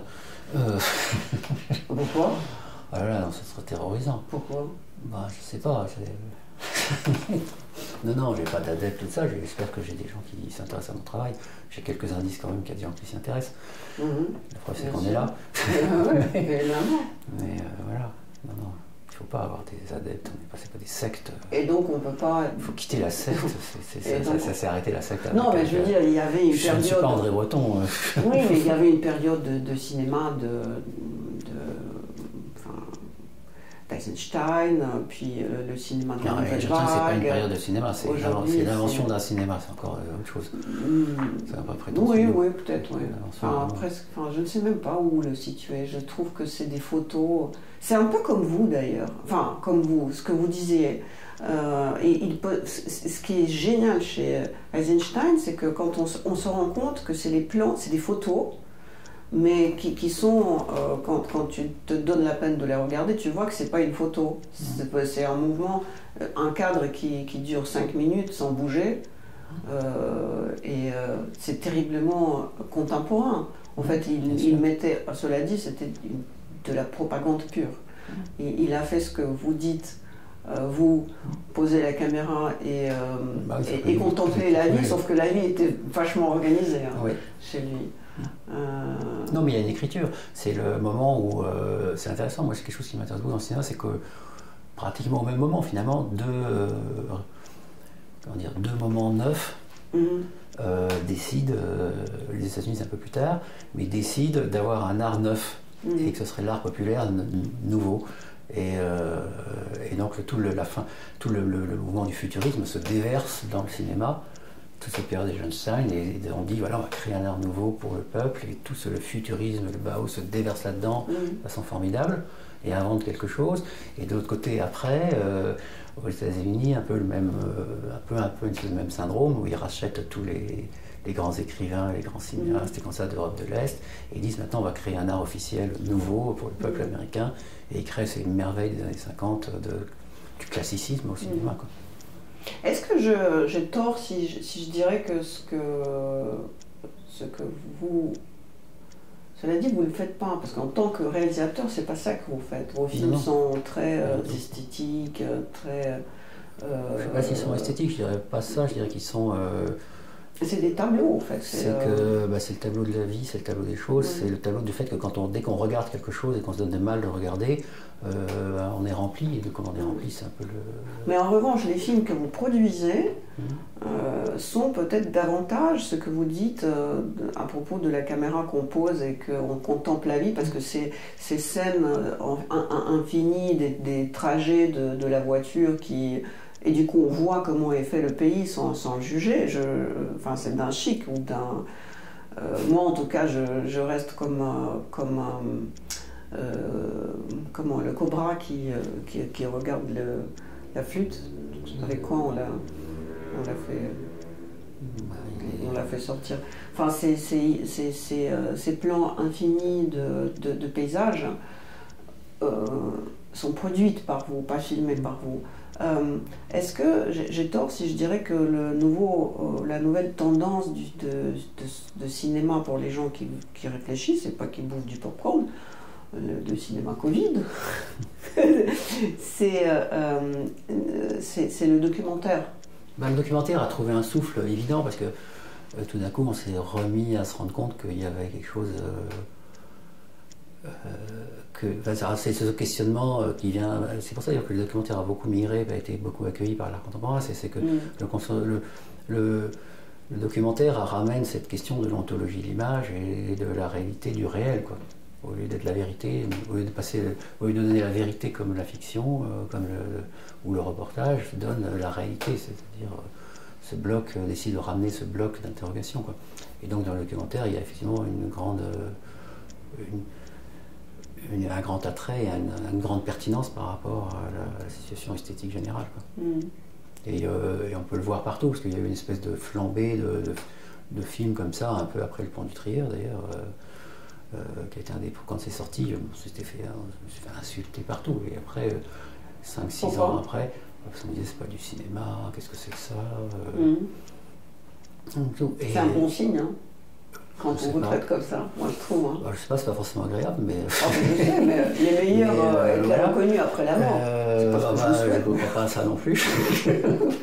En tout cas, je ne le souhaite pas. Et maintenant, il y a une explosion, 5-6 ans après, il y a eu une explosion de gens qui ont ce désir de se confronter au réel, de filmer, de raconter les choses sans passer par les filtres de la psychologie ou de la sociologie. Et ça a explosé dans tous les sens. Et il y a ce festival à Marseille où il y a 12 000 personnes qui viennent. Ça, ce festival à Copenhague où il y a, alors là, c'est par dizaines de milliers de personnes. Il y en a enfin un peu partout dans le monde. Il y a même aux États-Unis, ça a flambé, ça a été une flambée. Et donc oui, c'est intéressant. Quoi. Est-ce qu'on a le droit de parler des projets? On a le droit de parler de tout. Parce que, bon, on ne sait pas, il y a des gens qui sont superstitieux. J'ai cru comprendre que le projet à venir, c'est le combat de nègres et de chiens de Coltès. C'est votre projet en tant que producteur? En tant que producteur, c'est une idée qui m'a été amenée. C'est un réalisateur africain que j'aime beaucoup et qui a un certain âge et qui a eu une carrière difficile parce qu'il a adapté Carmen, un très très beau Carmen extraordinaire, tourné au Sénégal.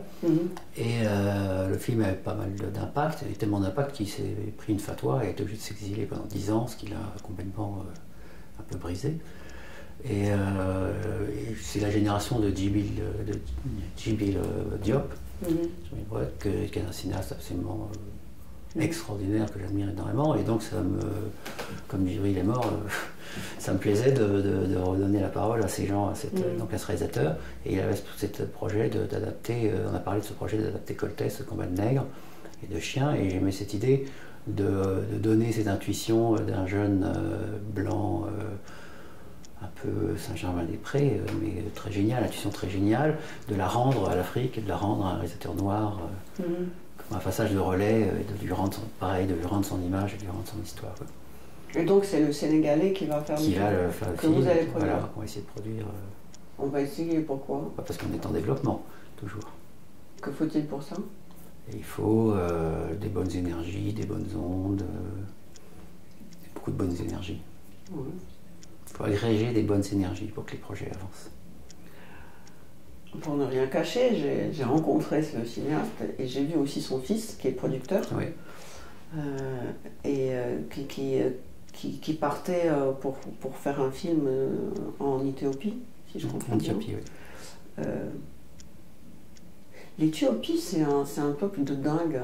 Au fait, l'Éthiopie ont mis les premiers le crafting en marche, parce que quand on leur a renoncé, quand l'Europe et le monde leur a renoncé l'argent pour faire le barrage, ils se sont dit, réunissons, que chacun donne son billet, et ils l'ont construit eux-mêmes.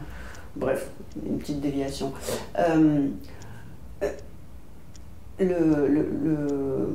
J'ai oublié son nom du fils. Yanis. En partant là-bas pour produire le film, il parlait avec quelqu'un, il a dit oui, on part dans quelques jours, et puis on a une telle équipe, on a une parité, le même nombre de filles que de garçons. Il l'a dit comme ça, comme une lettre dans la poste. Aujourd'hui, c'est dans l'organisation de cinéma, les parités sont obligatoires, tous ces nouveaux organigrammes. C'est des questions compliquées, moi qui ne m'intéressent pas tellement, je dois l'avouer, qui ne m'intéressent pas pour des raisons... Vous pouvez vous permettre de les échapper? Je ne cherche pas à y échapper ou pas y échapper. C'est que artistiquement, intellectuellement et socialement, pour moi, c'est pas un problème. Pour moi, je vois pas où est le problème. Parce que d'ailleurs, souvent, j'aurais besoin de faire la parité inverse. Je travaille souvent avec plus de femmes, de filles que de garçons. C'est dingue, parce que moi, je pensais l'inverse. Non. Et donc, après, moi, le truc, quand je dis que ça ne me concerne qu'à moitié, c'est que toutes ces questions administratives, quand on a un problème nommé, parce qu'il y a un problème nommé effectivement dans la société, ce qui est délicat après, c'est que pour moi, c'est une espèce d'absurdité, mais qui est peut-être nécessaire, je ne dis pas du tout, mais qui est de le résoudre de façon fiscale, législative et je ne sais pas quoi. Mais un producteur, si vous êtes producteur, vous ne pouvez pas échapper ces conditions presque imposées. On peut, je sais pas. On peut pas y échapper, on peut toujours échapper à tout si on veut échapper à tout. Mais moi je cherche pas à échapper de toute façon. Je cherche pas à échapper, moi je cherche à juste faire. Faire. Et on peut toujours faire. Avancer. Ah, je suis d'accord. Je suis d'accord avec ça. Après, il y a des côtés qui me gênent dans le chose, c'est que je pense qu'il y a quand même un aspect vraiment très patriarcal dans l'application de tout ça, parce qu'à un moment donné, de se dire qu'on est obligé de mettre d'engager quelqu'un qui soit une femme parce qu'il y a une défalque fiscale, c'est pas très valorisant. Oui, d'autant plus que c'est assez physique quand même le cinéma. Non, c'est pas physique d'une part. Moi je pense, quand je vois notre chère Cécile qui tremballe des... Non, mais le cinéma, attendez, à un moment donné, il faut remettre les choses pareil, il faut remettre les choses là où elles sont. Quand je travaille avec quelqu'un qui fait la lumière, par exemple, je travaille parce qu'il a des yeux et un cerveau et qu'il a une sensibilité. Je ne travaille pas parce qu'il est physique ou pas physique. J'ai prétention à ce que la personne à qui je partage la responsabilité de l'image amène un regard, amène une sensibilité, amène... donc ça, c'est pas tellement une question de physique. D'accord. Mais moi, je pensais que le cinéma était très conditionné par le remplissage des cases obligatoires. Il est conditionné... oui, il y a des règles maintenant. Parce qu'il y a des aides, du moment où tu demandes une aide. Voilà, il est conditionné par plein de trucs, il est conditionné par des trucs, par plein de choses qui peuvent paraître pas moi, qui me paraissent vraiment des problèmes. Par exemple, on est obligé de remplir maintenant tous les postes. Donc si on n'a pas besoin de tel poste, on est obligé de le remplir quand même. C'est quel poste par exemple? Si admettons qu'on n'ait pas besoin, de script, par exemple, pourquoi est-ce qu'on est obligé de dire que si on n'a pas de script, on ne fait pas de cinéma, quoi? Pourquoi est-ce qu'on est obligé de dire que ça, ainsi de suite. Et aujourd'hui, il faut avoir un script. Oui, il faut remplir tous les postes. Il y a plein de choses comme ça, d'arguties administratives, et je trouve ça dommage, maintenant c'est le reflet de la société, je trouve ça dommage que les problèmes réels ne trouvent d'autres résolutions que l'empilement des mesures administratives. Après, je suis bien d'accord que les autorités politiques ou administratives sont bien obligées d'essayer de trouver quelque chose, et comme c'est leur champ, elles le jouent dans leur champ. Mais je pense que le fait de faire de l'art, de faire du cinéma et de laisser tout le monde s'exprimer en dehors des corporatismes rétablira et rétablit les choses parce que je ne vois pas pourquoi est-ce que les femmes ne pourraient pas s'exprimer, pourquoi est-ce que ce serait moins intéressant parce que c'est une femme, et que je trouve qu'effectivement les traces d'une société figée dans un patriarcat lourd et ça doivent disparaître, quoi. Je vais quand même retenter encore une fois ma question initiale de cette opposition de l'Est et l'Ouest, ou de l'Asie et de l'Occident. Est-ce que c'est le hasard que tous vos films, à commencer par les tout premiers qui étaient dans l'Asie centrale de chez moi, et... Chez vous, c'est de l'impérialisme, ça. Si vous voulez, dessiner en empire. Et maintenant, la Chine, c'est le hasard, c'est un choix esthétique, c'est une question philosophique. Il n'y a pas de hasard, il n'y a pas de choix esthétique, parce que je pense que le choix esthétique est toujours quelque chose de dangereux et que l'esthétique, on la porte en soi, on la développe. C'est un glissement, et c'est un glissement... il y a une chose qui me fascine et m'intéresse dans ces pays d'Asie proche ou d'Asie même lointaine, c'est que ce sont des endroits qui m'intéressent parce qu'il n'y a pas de relation folklorique. Il n'y a pas ce barrage de dire « Ah, qu'est-ce que c'est beau ah, qu'est-ce que c'est ?» Parce que finalement, c'est folkloriquement, je ne sais pas si ça peut se dire, mais c'est comme chez nous. Enfin, il n'y a pas... On peut... aujourd'hui, on va à Beijing, c'est une grande cité avec des immeubles, des commerces, des étrangers. Enfin, il n'y a pas cette espèce d'ébahissement il n'y a pas de l'ébahissement devant le folklore très beau. Si on va en Asie centrale et qu'on évite le côté trop l'ébahissement devant la beauté de la nature, autant de touristique, il n'y a pas de tourisme parce que Les gens, ils sont à peu près pareils. En plus, c'est très beau parce qu'ils ont le même rêve moderne que nous avons eu, mais simplement, c'est vu de l'autre côté de la pièce, quoi. Donc, c'est deux choses, c'est deux lignes qui ont avancé en parallèle dans la même direction et qui, à un moment donné, se regardent en champ de faïence et se disent, mais pourquoi, en fait, on pense la même chose et on est de l'autre côté chacun du truc. Donc, il y a une espèce de... et une interaction culturelle, de questionnement mutuel et de choses qui arrivent très très vite. Alors que si on va dans des endroits extraordinaires, entre guillemets, où les choses sont extraordinaires, où les gens sont tellement différents, on dit bah ouais, il est très très différent, mais il n'y a pas de... Il y a le filtre du folklore, du tourisme, de la beauté absolue, des choses comme ça.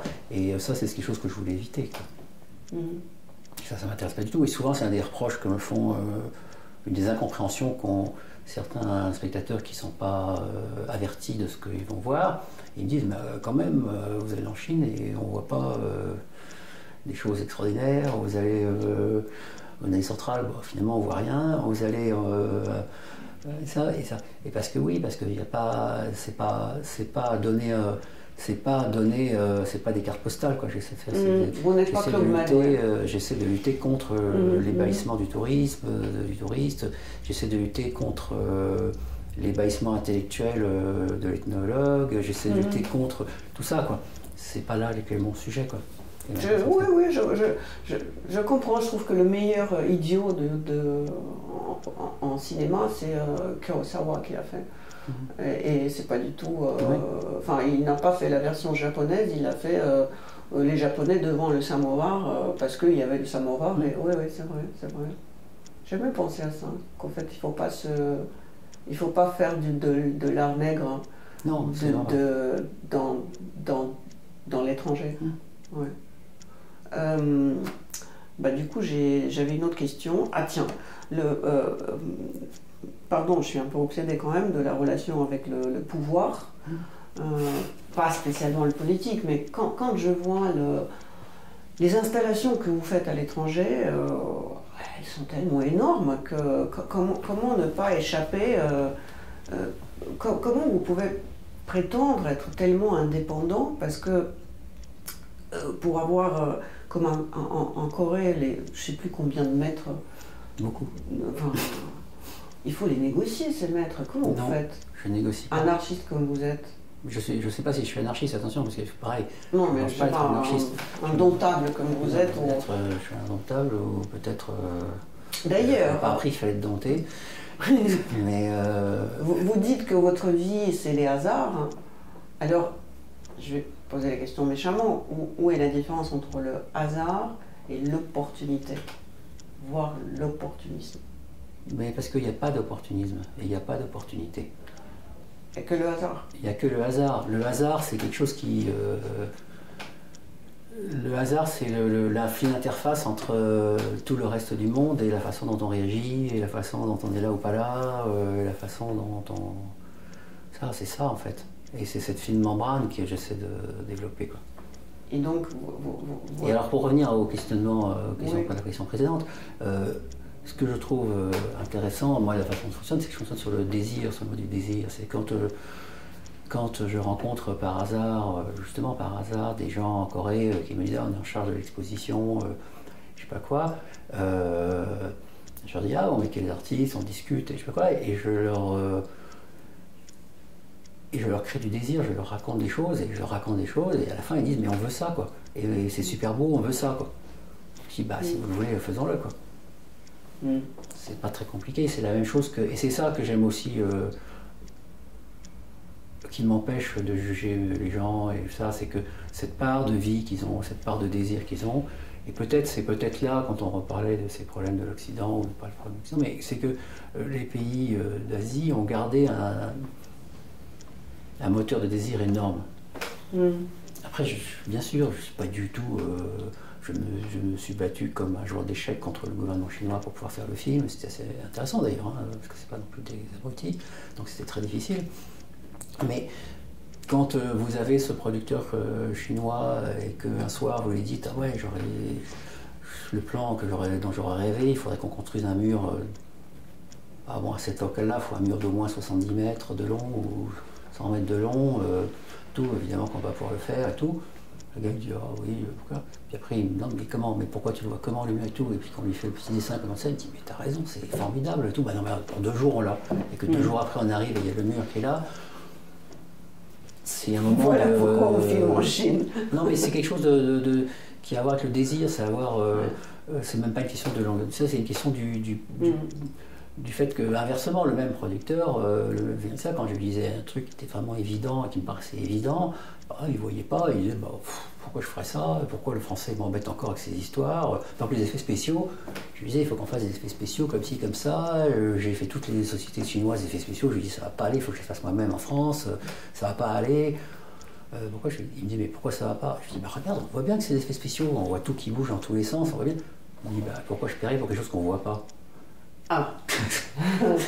Et là on reste, on se dit effectivement. Et on retombe à l'anthologie de ce que c'est le cinéma du début finalement, de ces gens qui, Hollywood, s'enthousiasmaient sur une histoire, sur un auteur qui est un auteur avec un des mondes qui n'avait rien à voir. C'était des gens qui étaient dans l'industrie, dans le commerce, dans je sais pas quoi. Et tout d'un coup, il y avait un écrivain juif de Hongrie ou de Roumanie qui arrivait, qui leur racontait un truc. C'était des mondes mais qui n'avaient rien à voir. Ils disaient ok, on va faire le film. C'est ça, cette espèce de... Et le cinéma, il y a un côté magique dans le cinéma qu'on trouve nulle part ailleurs. Faut quand même... faut pas bouder, quoi. Faut pas cracher dans la soupe. Il y a un côté magique de voir toute cette énergie. C'est une énergie déjà financière, parce qu'il y a quelqu'un qui paye, il faut agréger de l'argent. Cette énergie d'intelligence énorme qu'il y a dans le matériel, d'intelligence énorme, une sensibilité énorme qu'il y a dans les gens...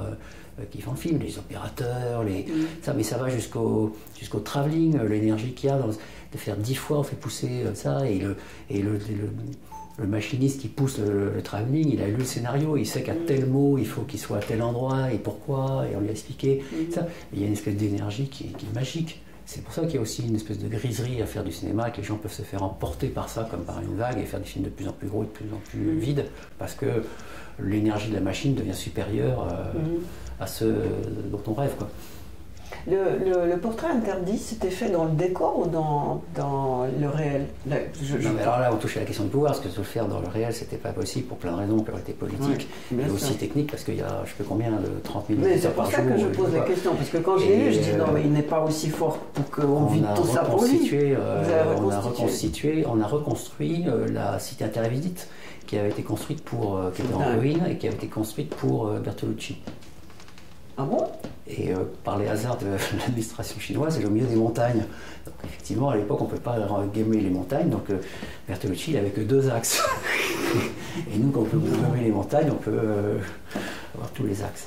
Et on a reconstruit, et maintenant, elle doit servir elle doit être ça, et on a reconstruit tout ça, repeint, refait à neuf, tout le...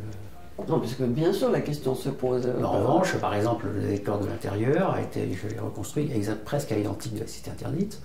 Il a juste 20% de plus de taille, l'appartement de l'impératrice, pour pouvoir bouger les caméras.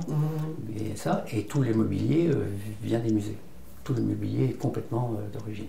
Les vases et tout. Il n'y a pas un accessoire qui ne valait pas 500 000 euros ou 1 million. Ah non, ça, vous avez battu Visconti, parce que Visconti était adepte des vraies choses. Hein. Waouh! Et qui a permis tout ça? Et c'est juste grâce à votre charme? J'ai la prétention que ce ne soit pas mon charme, que ce soit plutôt la force irrépressible de ma pensée, mais c'est peut-être ni l'un ni l'autre. Non, c'est juste...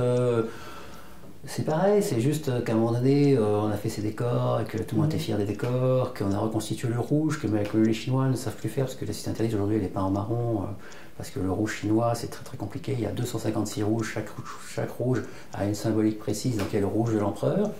Et pour le faire, on a travaillé pendant des mois et des mois. Et quand les décors arrivaient, qu'on m'a amené les meubles en plastique et ça, j'ai dit, on ne peut pas avoir fait tout cet effort pour ça. Et là, on dit, le français, il exagère encore, qu'est-ce qu'on a ras-le-bol de lui? C'est épouvantable, on n'arrive plus à s'en débarrasser. Et j'ai dit, venez, on va aller au musée, vous allez voir que c'est pas pareil. On est allé au musée,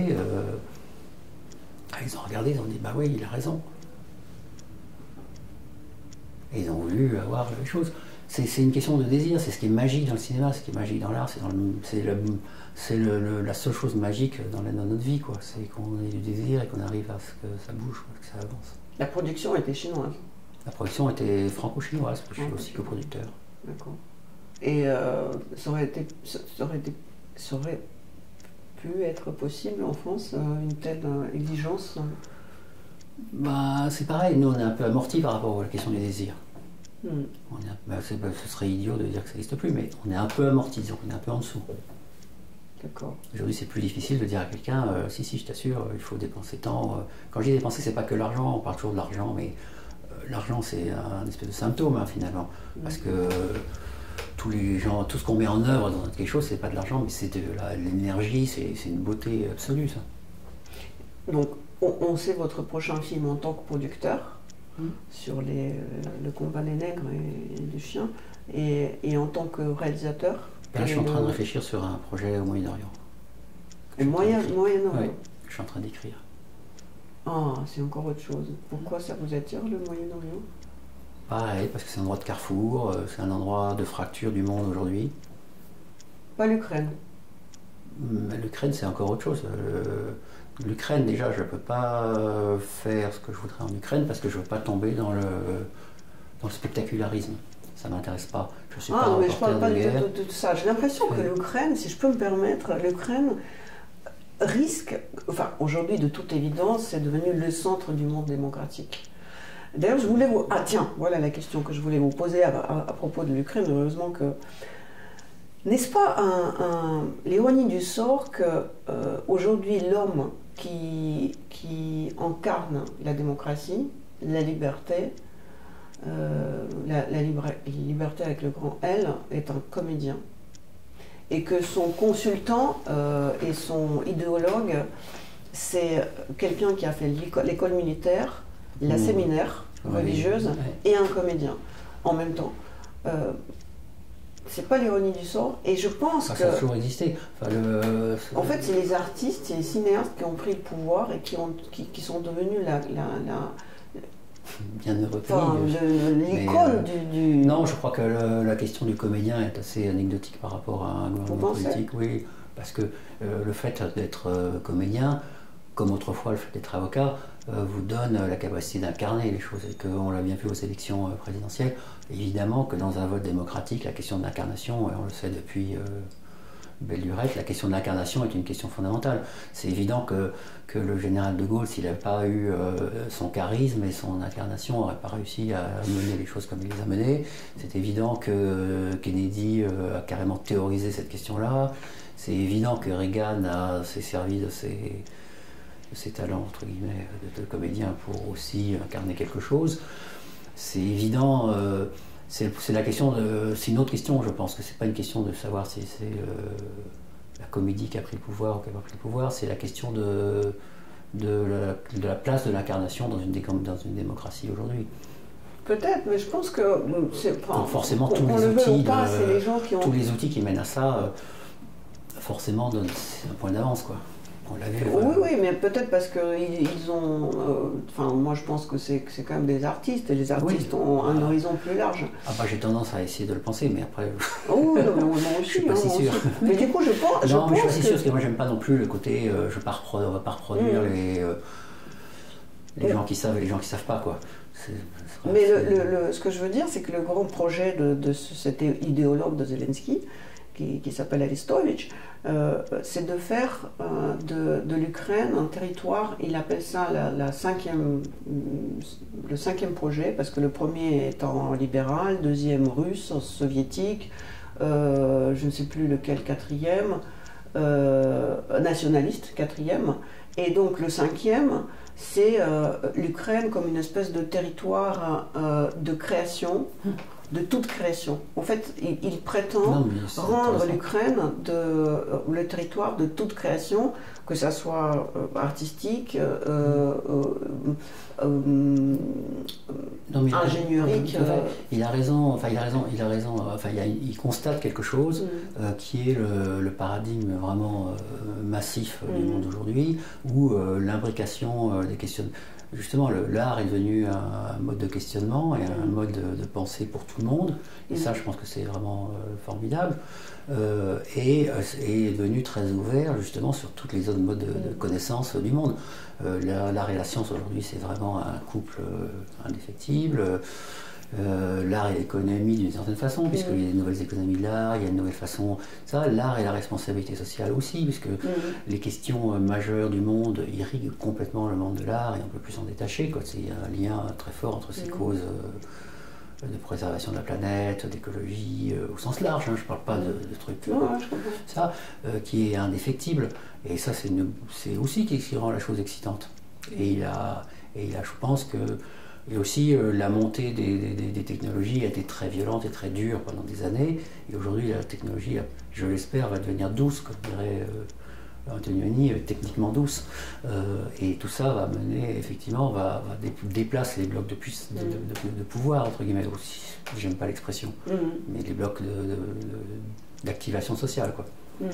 Et donc, de le comprendre et de vouloir s'y positionner est une attitude effectivement contemporaine et qui fait avancer, alors que de penser vouloir créer un empire et des guerres, évidemment, c'est même pas. Je veux dire que c'est tellement un cliché et un truisme ce que je dis que c'est même plus une critique contre la Russie. C'est juste un combat qui n'existe plus, quoi, ce qu'il essaie de mener. Ah bah, malheureusement, il existe, et même avec les bombes. C'est qu'il est là, il est très très concret. Et le projet en Orient. Il y a beaucoup de choses qui n'existent plus, qui sont très concrètes néanmoins. Hein, ça, c'est pas, il n'y a pas que ça, quoi. Oui, c'est vrai. Mais, et donc, ce projet en Orient, ça va être un film, une installation, un plasticien peut-être une forme d'une plateforme, puisque vous aimez le mot, qui serait différents moyens d'expression articulés autour d'un film. Je dois traduire, différents moyens d'expression dans un film. Autour d'un film. Autour d'un film. Pas dans un film. Non, avec des échos, pour pouvoir appréhender de façon plus globale l'idée de fracture, quoi. Une installation autour du film ? Une installation autour du film et des façons de faire voyager tout ça différemment, quoi. Et donc le portrait interdit, un film qui m'a vraiment bouleversée parce que les jésuites, je les ai vraiment, c'est pour un russe, jésuite c'est une grosse insulte et j'ai beaucoup lu sur les jésuites et je trouve que les jésuites sont à l'origine de ce qu'on appelle la fin de civilisation aujourd'hui, sans caricaturer, parce que comme ils ont créé le baroque, et le baroque c'est le summum de l'art traditionnel, on peut pas faire, comme tout à l'heure vous avez dit, après Vermeer, qu'est-ce que tu veux faire? Baroque c'est tellement too much qu'après ne peut y avoir qu'une chute. Et le fait que l'éducation jésuite existe encore et prétend encore être la meilleure, à tort ou à raison, je ne sais rien. Votre film, c'est et ce désir de l'Ukraine d'introduire la pensée jésuite comme une espèce de vecteur de mouvement. Mais peut-être un raccourci, je ne connais pas très bien la question de jésuite en Ukraine. Mais moi, je parle de mots... Mais je doute quand même qu'il y ait en Ukraine un mouvement jésuite formalisé.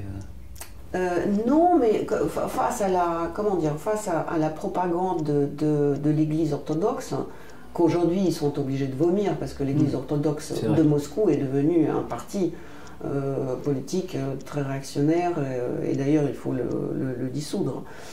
Et c'est tout à fait naturel que l'Ukraine se tourne vers le catholicisme et pas vers le protestantisme, parce que le protestantisme qui est incarné aux États-Unis et le rêve américain s'est écroulé sous nos yeux.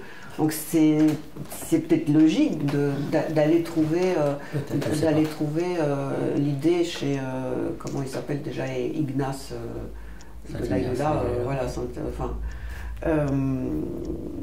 Et votre film, moi j'arrêtais pas de le voir sous cet angle-là, parce que tout d'un coup les Ukrainiens sont en train de... D'ailleurs Martin Scorsese, quand il a fait son film sur les jésuites, avait lui un intérêt beaucoup plus sur la conquête presque militaro-sectaire en fait, des jésuites, ce qui est à la fois c'est un regard qui amène un biais qui devient historiquement faux, parce qu'il lit les événements historiques de façon finalement il surmonte, il surjoue la dimension conquête brutale, et qui écrase la dimension énorme de volonté, de puissance par l'élitisme et par le cerveau des jésuites, qui est l'aspect, moi, qui m'a plus intéressé, alors que lui s'est plus intéressé à l'aspect du croisement entre la foi dans sa dimension la plus sectaire, sectaire au sens de la secte, et la conquête Manu Militari par ça, et la réponse qui a été Manu Militari aussi. Et vous avez eu une éducation jésuite, non? Non, pas du tout. Pas du tout? Non. Mais vous avez étudié leur... J'ai étudié, il se trouve que j'ai commencé ce film comme une espèce de gâcheur, puisque c'était une discussion à départ sur... c'était une discussion... je dirais une discussion d'ivrogne sur les relations entre la Chine et l'Occident, et notamment des influences artistiques. Et quand j'avais vu ce tableau à Dole, qui est magnifique, et je finis par leur dire, et moi d'ailleurs je connais même ce tableau, parce qu'ils sont que ce que j'appellerais les tableaux de boîte de chocolat pour la Chine, sont des tableaux occidentaux en fait, peints par les Italiens, peints par les Français. Et le gouvernement chinois, l'histoire chinoise a complètement essayé de gommer ça, et on ne connaît plus que leur nom chinois en Chine, les gens ne connaissent pas très bien, et c'est un peu... c'est pas complètement effacé, mais c'est un peu masqué, quoi, on met ça de côté. Et dans la discussion, tout ça, et puis quelques mois après, on me dit, ah, mais c'est intéressant, ce tableau, on devrait faire le tableau, on devrait faire l'histoire, tout. Je n'ai pas non plus un intérêt plus que l'anecdote, et puis quand même, j'ai regardé l'histoire du tableau, et quand j'ai vu tous les mondes qu'il y avait derrière cette histoire, derrière ce tableau, ça m'a fasciné. Déjà, ce qui m'a fasciné, c'est que cette impératrice a une histoire romantique au moment même où 10 ans avant Jeanne Werther, c'est-à-dire au moment même où le romantisme est né en Europe, cette expression du jeu, le jeu qui commence à parler, qui dit plus nous, qui dit plus ma famille, ça, et qui en fait n'a jamais parlé dans le monde oriental, donc c'est une espèce de... comme s'il y avait eu une espèce d'explosion de ça, une petite pique de ça à ce moment-là. Et je me disais, le parallélisme de l'histoire est absolument fantastique. Et puis l'histoire des jésuites, dans cette volonté de comprendre la civilisation, d'imposer une autre par l'intelligence et par la compréhension de la civilisation, ça a été fascinante. Et puis tout s'imbriquait, et puis ça imbriquait aussi les grands questionnements de la représentation, les différents modes de représentation, de qu'est-ce qu'on cherche dans une peinture, c'est des réflexions sur le clair-obscur, c'est des réflexions sur le symbolisme, le clair-obscur, tout ça était un chaudron dans lequel cuire une belle histoire, quoi. Comment dire, un des fondements de l'idéologie des jésuites, c'est que l'amour, c'est un acte volontaire. Bien sûr. Ah bon? Non, mais chez les jésuites. Non, mais, oui. Non, mais c'est pour ça que vous m'avez fait peur. C'est pour ça que pour quelqu'un qui suit russe et qui sommes trop dans l'émotion, peut-être même dans l'hystérie. Oui, mais il y a une beauté qui vient de ça. C'est ça qui est assez réussi. C'est la part. C'est la beauté du mal, quoi. Il y a quelque chose d'assez réussi. Il y a une beauté qui émerge de tout ça, quoi. Il y a une espèce de beauté de voir ces gens qui sont exilés à des... C'est pour ça qu'on représente toujours on a une représentation suspicienne de tout ça chez nous, et c'est complètement n'importe quoi. Il faut imaginer que ces gens, ils étaient séduisants, ils étaient séducteurs, ils étaient jeunes parce qu'il fallait un an de voyage avec tous les risques que ça comprenait. Ils étaient super brillants, ils apprenaient les 15 langues, ils se parlaient un jour en portugais, le lendemain en italien, et ça. Ils apprenaient l'architecture, ils apprenaient la peinture, ils apprenaient l'astronomie, ils apprenaient les mathématiques, ils apprenaient la littérature. Ils avaient une espèce de... Bizarrement, il y a presque un côté nietzschéen, d'un espèce de surhomme, ça, et il y avait une beauté du mal peut-être, qui se dégage de ça, quoi. Et puis il y a l'impératrice qui meurt parce que son mari ne veut pas d'elle, et le jésuite, c'est un acte volontaire qu'il ne veut pas non plus. C'est triste. Ben, les belles histoires sont souvent tristes. C'est pas à une Russe que je le dirai, que je l'expliquerai. Dernière question alors. Aujourd'hui, on est entre le monde numérique chinois. Enfin, voilà, je ne dirais pas comme ça. On risque d'être broyé. Non, on va être broyé. Ah ben d'accord. Bon, ben, on a le choix. Vous voyez, je sais apprendre des choses. On a le choix entre le goulag numérique de Chine et la dictature verte de Mademoiselle Greta. Non, il ne faut pas comparer des choses qui ne sont pas comparables. Non, je ne peux pas vous laisser. Non, je peux pas adhérer à ça. Il y a aujourd'hui une tendance. Il y a aujourd'hui une tendance à la surémotivité, ça dans le monde occidental, qui est une tendance lourde, qui a des avantages aussi, parce que c'est pas non plus. Mais vous qui aimez tellement la beauté, la façon dont vous filmez les femmes, comment pouvez-vous vivre dans un monde où on nous dit maintenant il faut avoir 2 t-shirts par an et faire marcher la machine? Non, personne ne dit ça. Vas-y, c'est ce qu'on nous impose. Ils vont finir par nous l'imposer. Non, moi j'ai un fils de 18 ans qui aujourd'hui, avec toute sa classe des jésuites d'ailleurs, vont s'habiller en fripouille, en friche. En friche, il s'habille en friche, oui, c'est mieux d'être habillé en friche. Mais maintenant, c'est la tendance. Non, il ne faut pas dire des choses comme ça. Je ne pense pas qu'il y ait des... On ne peut pas dire on nous impose, je ne peux pas dire c'est nous imposons. Oui, et d'autre part, il y a quand même des éléments... le régime chinois, il est incompréhensible parce qu'il naît vraiment dans la pensée et la culture chinoise. Donc il est difficile pour nous d'appréhender. Tous les gens qui viennent nous expliquer avec un livre fait comme ça, comment c'est, pourquoi c'est, je sais pas quoi. Quand on a pratiqué les gens en Chine, on s'aperçoit que ça sert strictement à rien. On prend tous ces livres et les brûler. Ça ne se joue pas là. Ça n'empêche pas que nous et moi, enfin en tout cas moi en particulier, peut-être pas les autres, mais moi en particulier, je suis sûr de la supériorité de certaines valeurs qui sont pratiquées en Occident. Pas beaucoup, mais de certaines, et que je pense qu'effectivement on n'enferme pas les gens dans des goulags. Je suis un peu sûr de la supériorité de ce principe. 2-3 choses comme ça. Et donc à partir de là... Moi je parle du goulag numérique, parce que... Non, mais en Chine il y a un goulag physique, enfin, c'est pas un goulag numérique déjà, il y a un premier goulag physique, et il faut ça. Et en Chine il y a une société collectiviste qui vient de la pensée chinoise, qui n'est pas la mienne et je déteste, qui a des abus énormes, mais qui est voulu par la société, par les gens. On n'a pas à le juger, on a essayé de l'influencer ou de dire nous on ne veut pas de ça parce que regarde ce que c'est. Mais ça, en revanche, il y a des points noirs, quoi. Il y a des points qui sont complètement noirs, avec lesquels il ne faut pas négocier, quoi. Ça.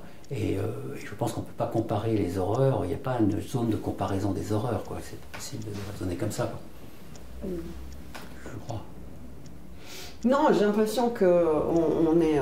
Enfin, c'est juste que je parle de cette... Surtout avec la Covid, cette QR code partout, enfin, c'est ça que j'appelle chinois. Les outils... et d'un autre côté, Greta qui nous interdit quasiment de respirer au nom de la suprématie de la nature. Non, mais Greta ne nous interdit rien. Greta, c'est un moment d'émotion.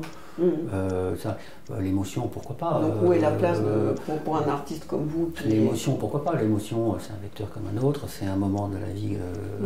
Ça. Après, effectivement, les actions économiques et politiques, si elles dépendent que de l'émotion, ça peut être embarrassant. Mais l'émotion, c'est aussi partie du monde.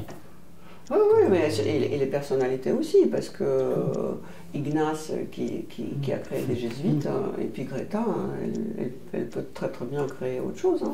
Pourquoi pas, je sais pas, j'ai pas à juger, quoi. Je vis dans un monde, je pense que je vis dans un monde et je suis heureux de vivre dans ce monde et d'en faire partie, quoi. J'essaie d'en faire partie et d'être le plus vivant possible, quoi. Bon, écoutez, je vais regarder vos films alors, en pensant que voilà quelqu'un qui aime le monde. Mais donc vos films sur des plateformes, ça je vais dire où, ce que j'ai trouvé, pas tout. Vos installations dans la bibliothèque de MoMA ou dans des disques. Comment Ouais, on voit il faut suivre les expositions, ça c'est plus aléatoire, là, c'est par période. Il n'y a aucune trace visuelle des installations. Si, il y a des livres, par exemple, sur l'installation que j'avais faite à Yeosu, il y a un livre qui est avec un très beau texte. Voilà, le livre, dites-nous lequel, parce que ça s'appelle L'art au temps des expositions universelles. Ah oui, oui, oui. Et il y a un très beau texte de Franck Gautreau, justement, qui reprend ça depuis le début et qui remet ma pièce dans une histoire qui me dépasse, et c'est plutôt bien. Bon, bah écoutez, avec voilà. des dessins, il y a des dessins, des Oui, schémas, oui, des tout photos, à fait, je me souviens. et la documentation, puis de temps en temps ça ressort et ça se rejoue. Sur le cinéma, il y a le livre de Philippe Azouri, Géographie. Sur votre cinéma. Oui, qui est chez Manuela Édition. Quel... Manuela Édition. Oui. Enfin non, il y a des... Sur l'installation, sur mon exposition à Beaubourg, il y a le catalogue de Beaubourg. On parlait de la volonté d'aimer. La volonté, c'est la même chose que la croyance en russe. Enfin, la même racine. Et il y a un mot grec, hamartia, je pense que c'est comme ça que ça se prononce. Et en fait, c'est la même notion pour cible et péché. Péché, c'est rater ta cible. Ah oui. Je ne sais pas pourquoi j'ai envie de vous poser cette question. Je l'avais marqué ici grand. C'est en regardant vos films peut-être que je voulais vous dire, est-ce que rater sa cible, c'est un péché? Et est-ce que vous savez où se trouve votre cible à vous? Non, parce que moi je ne raisonne pas en termes de cible et je ne raisonne pas en termes de morale. Donc je ne raisonne pas en termes de péché et je ne raisonne pas en termes de cible pour beaucoup de raisons.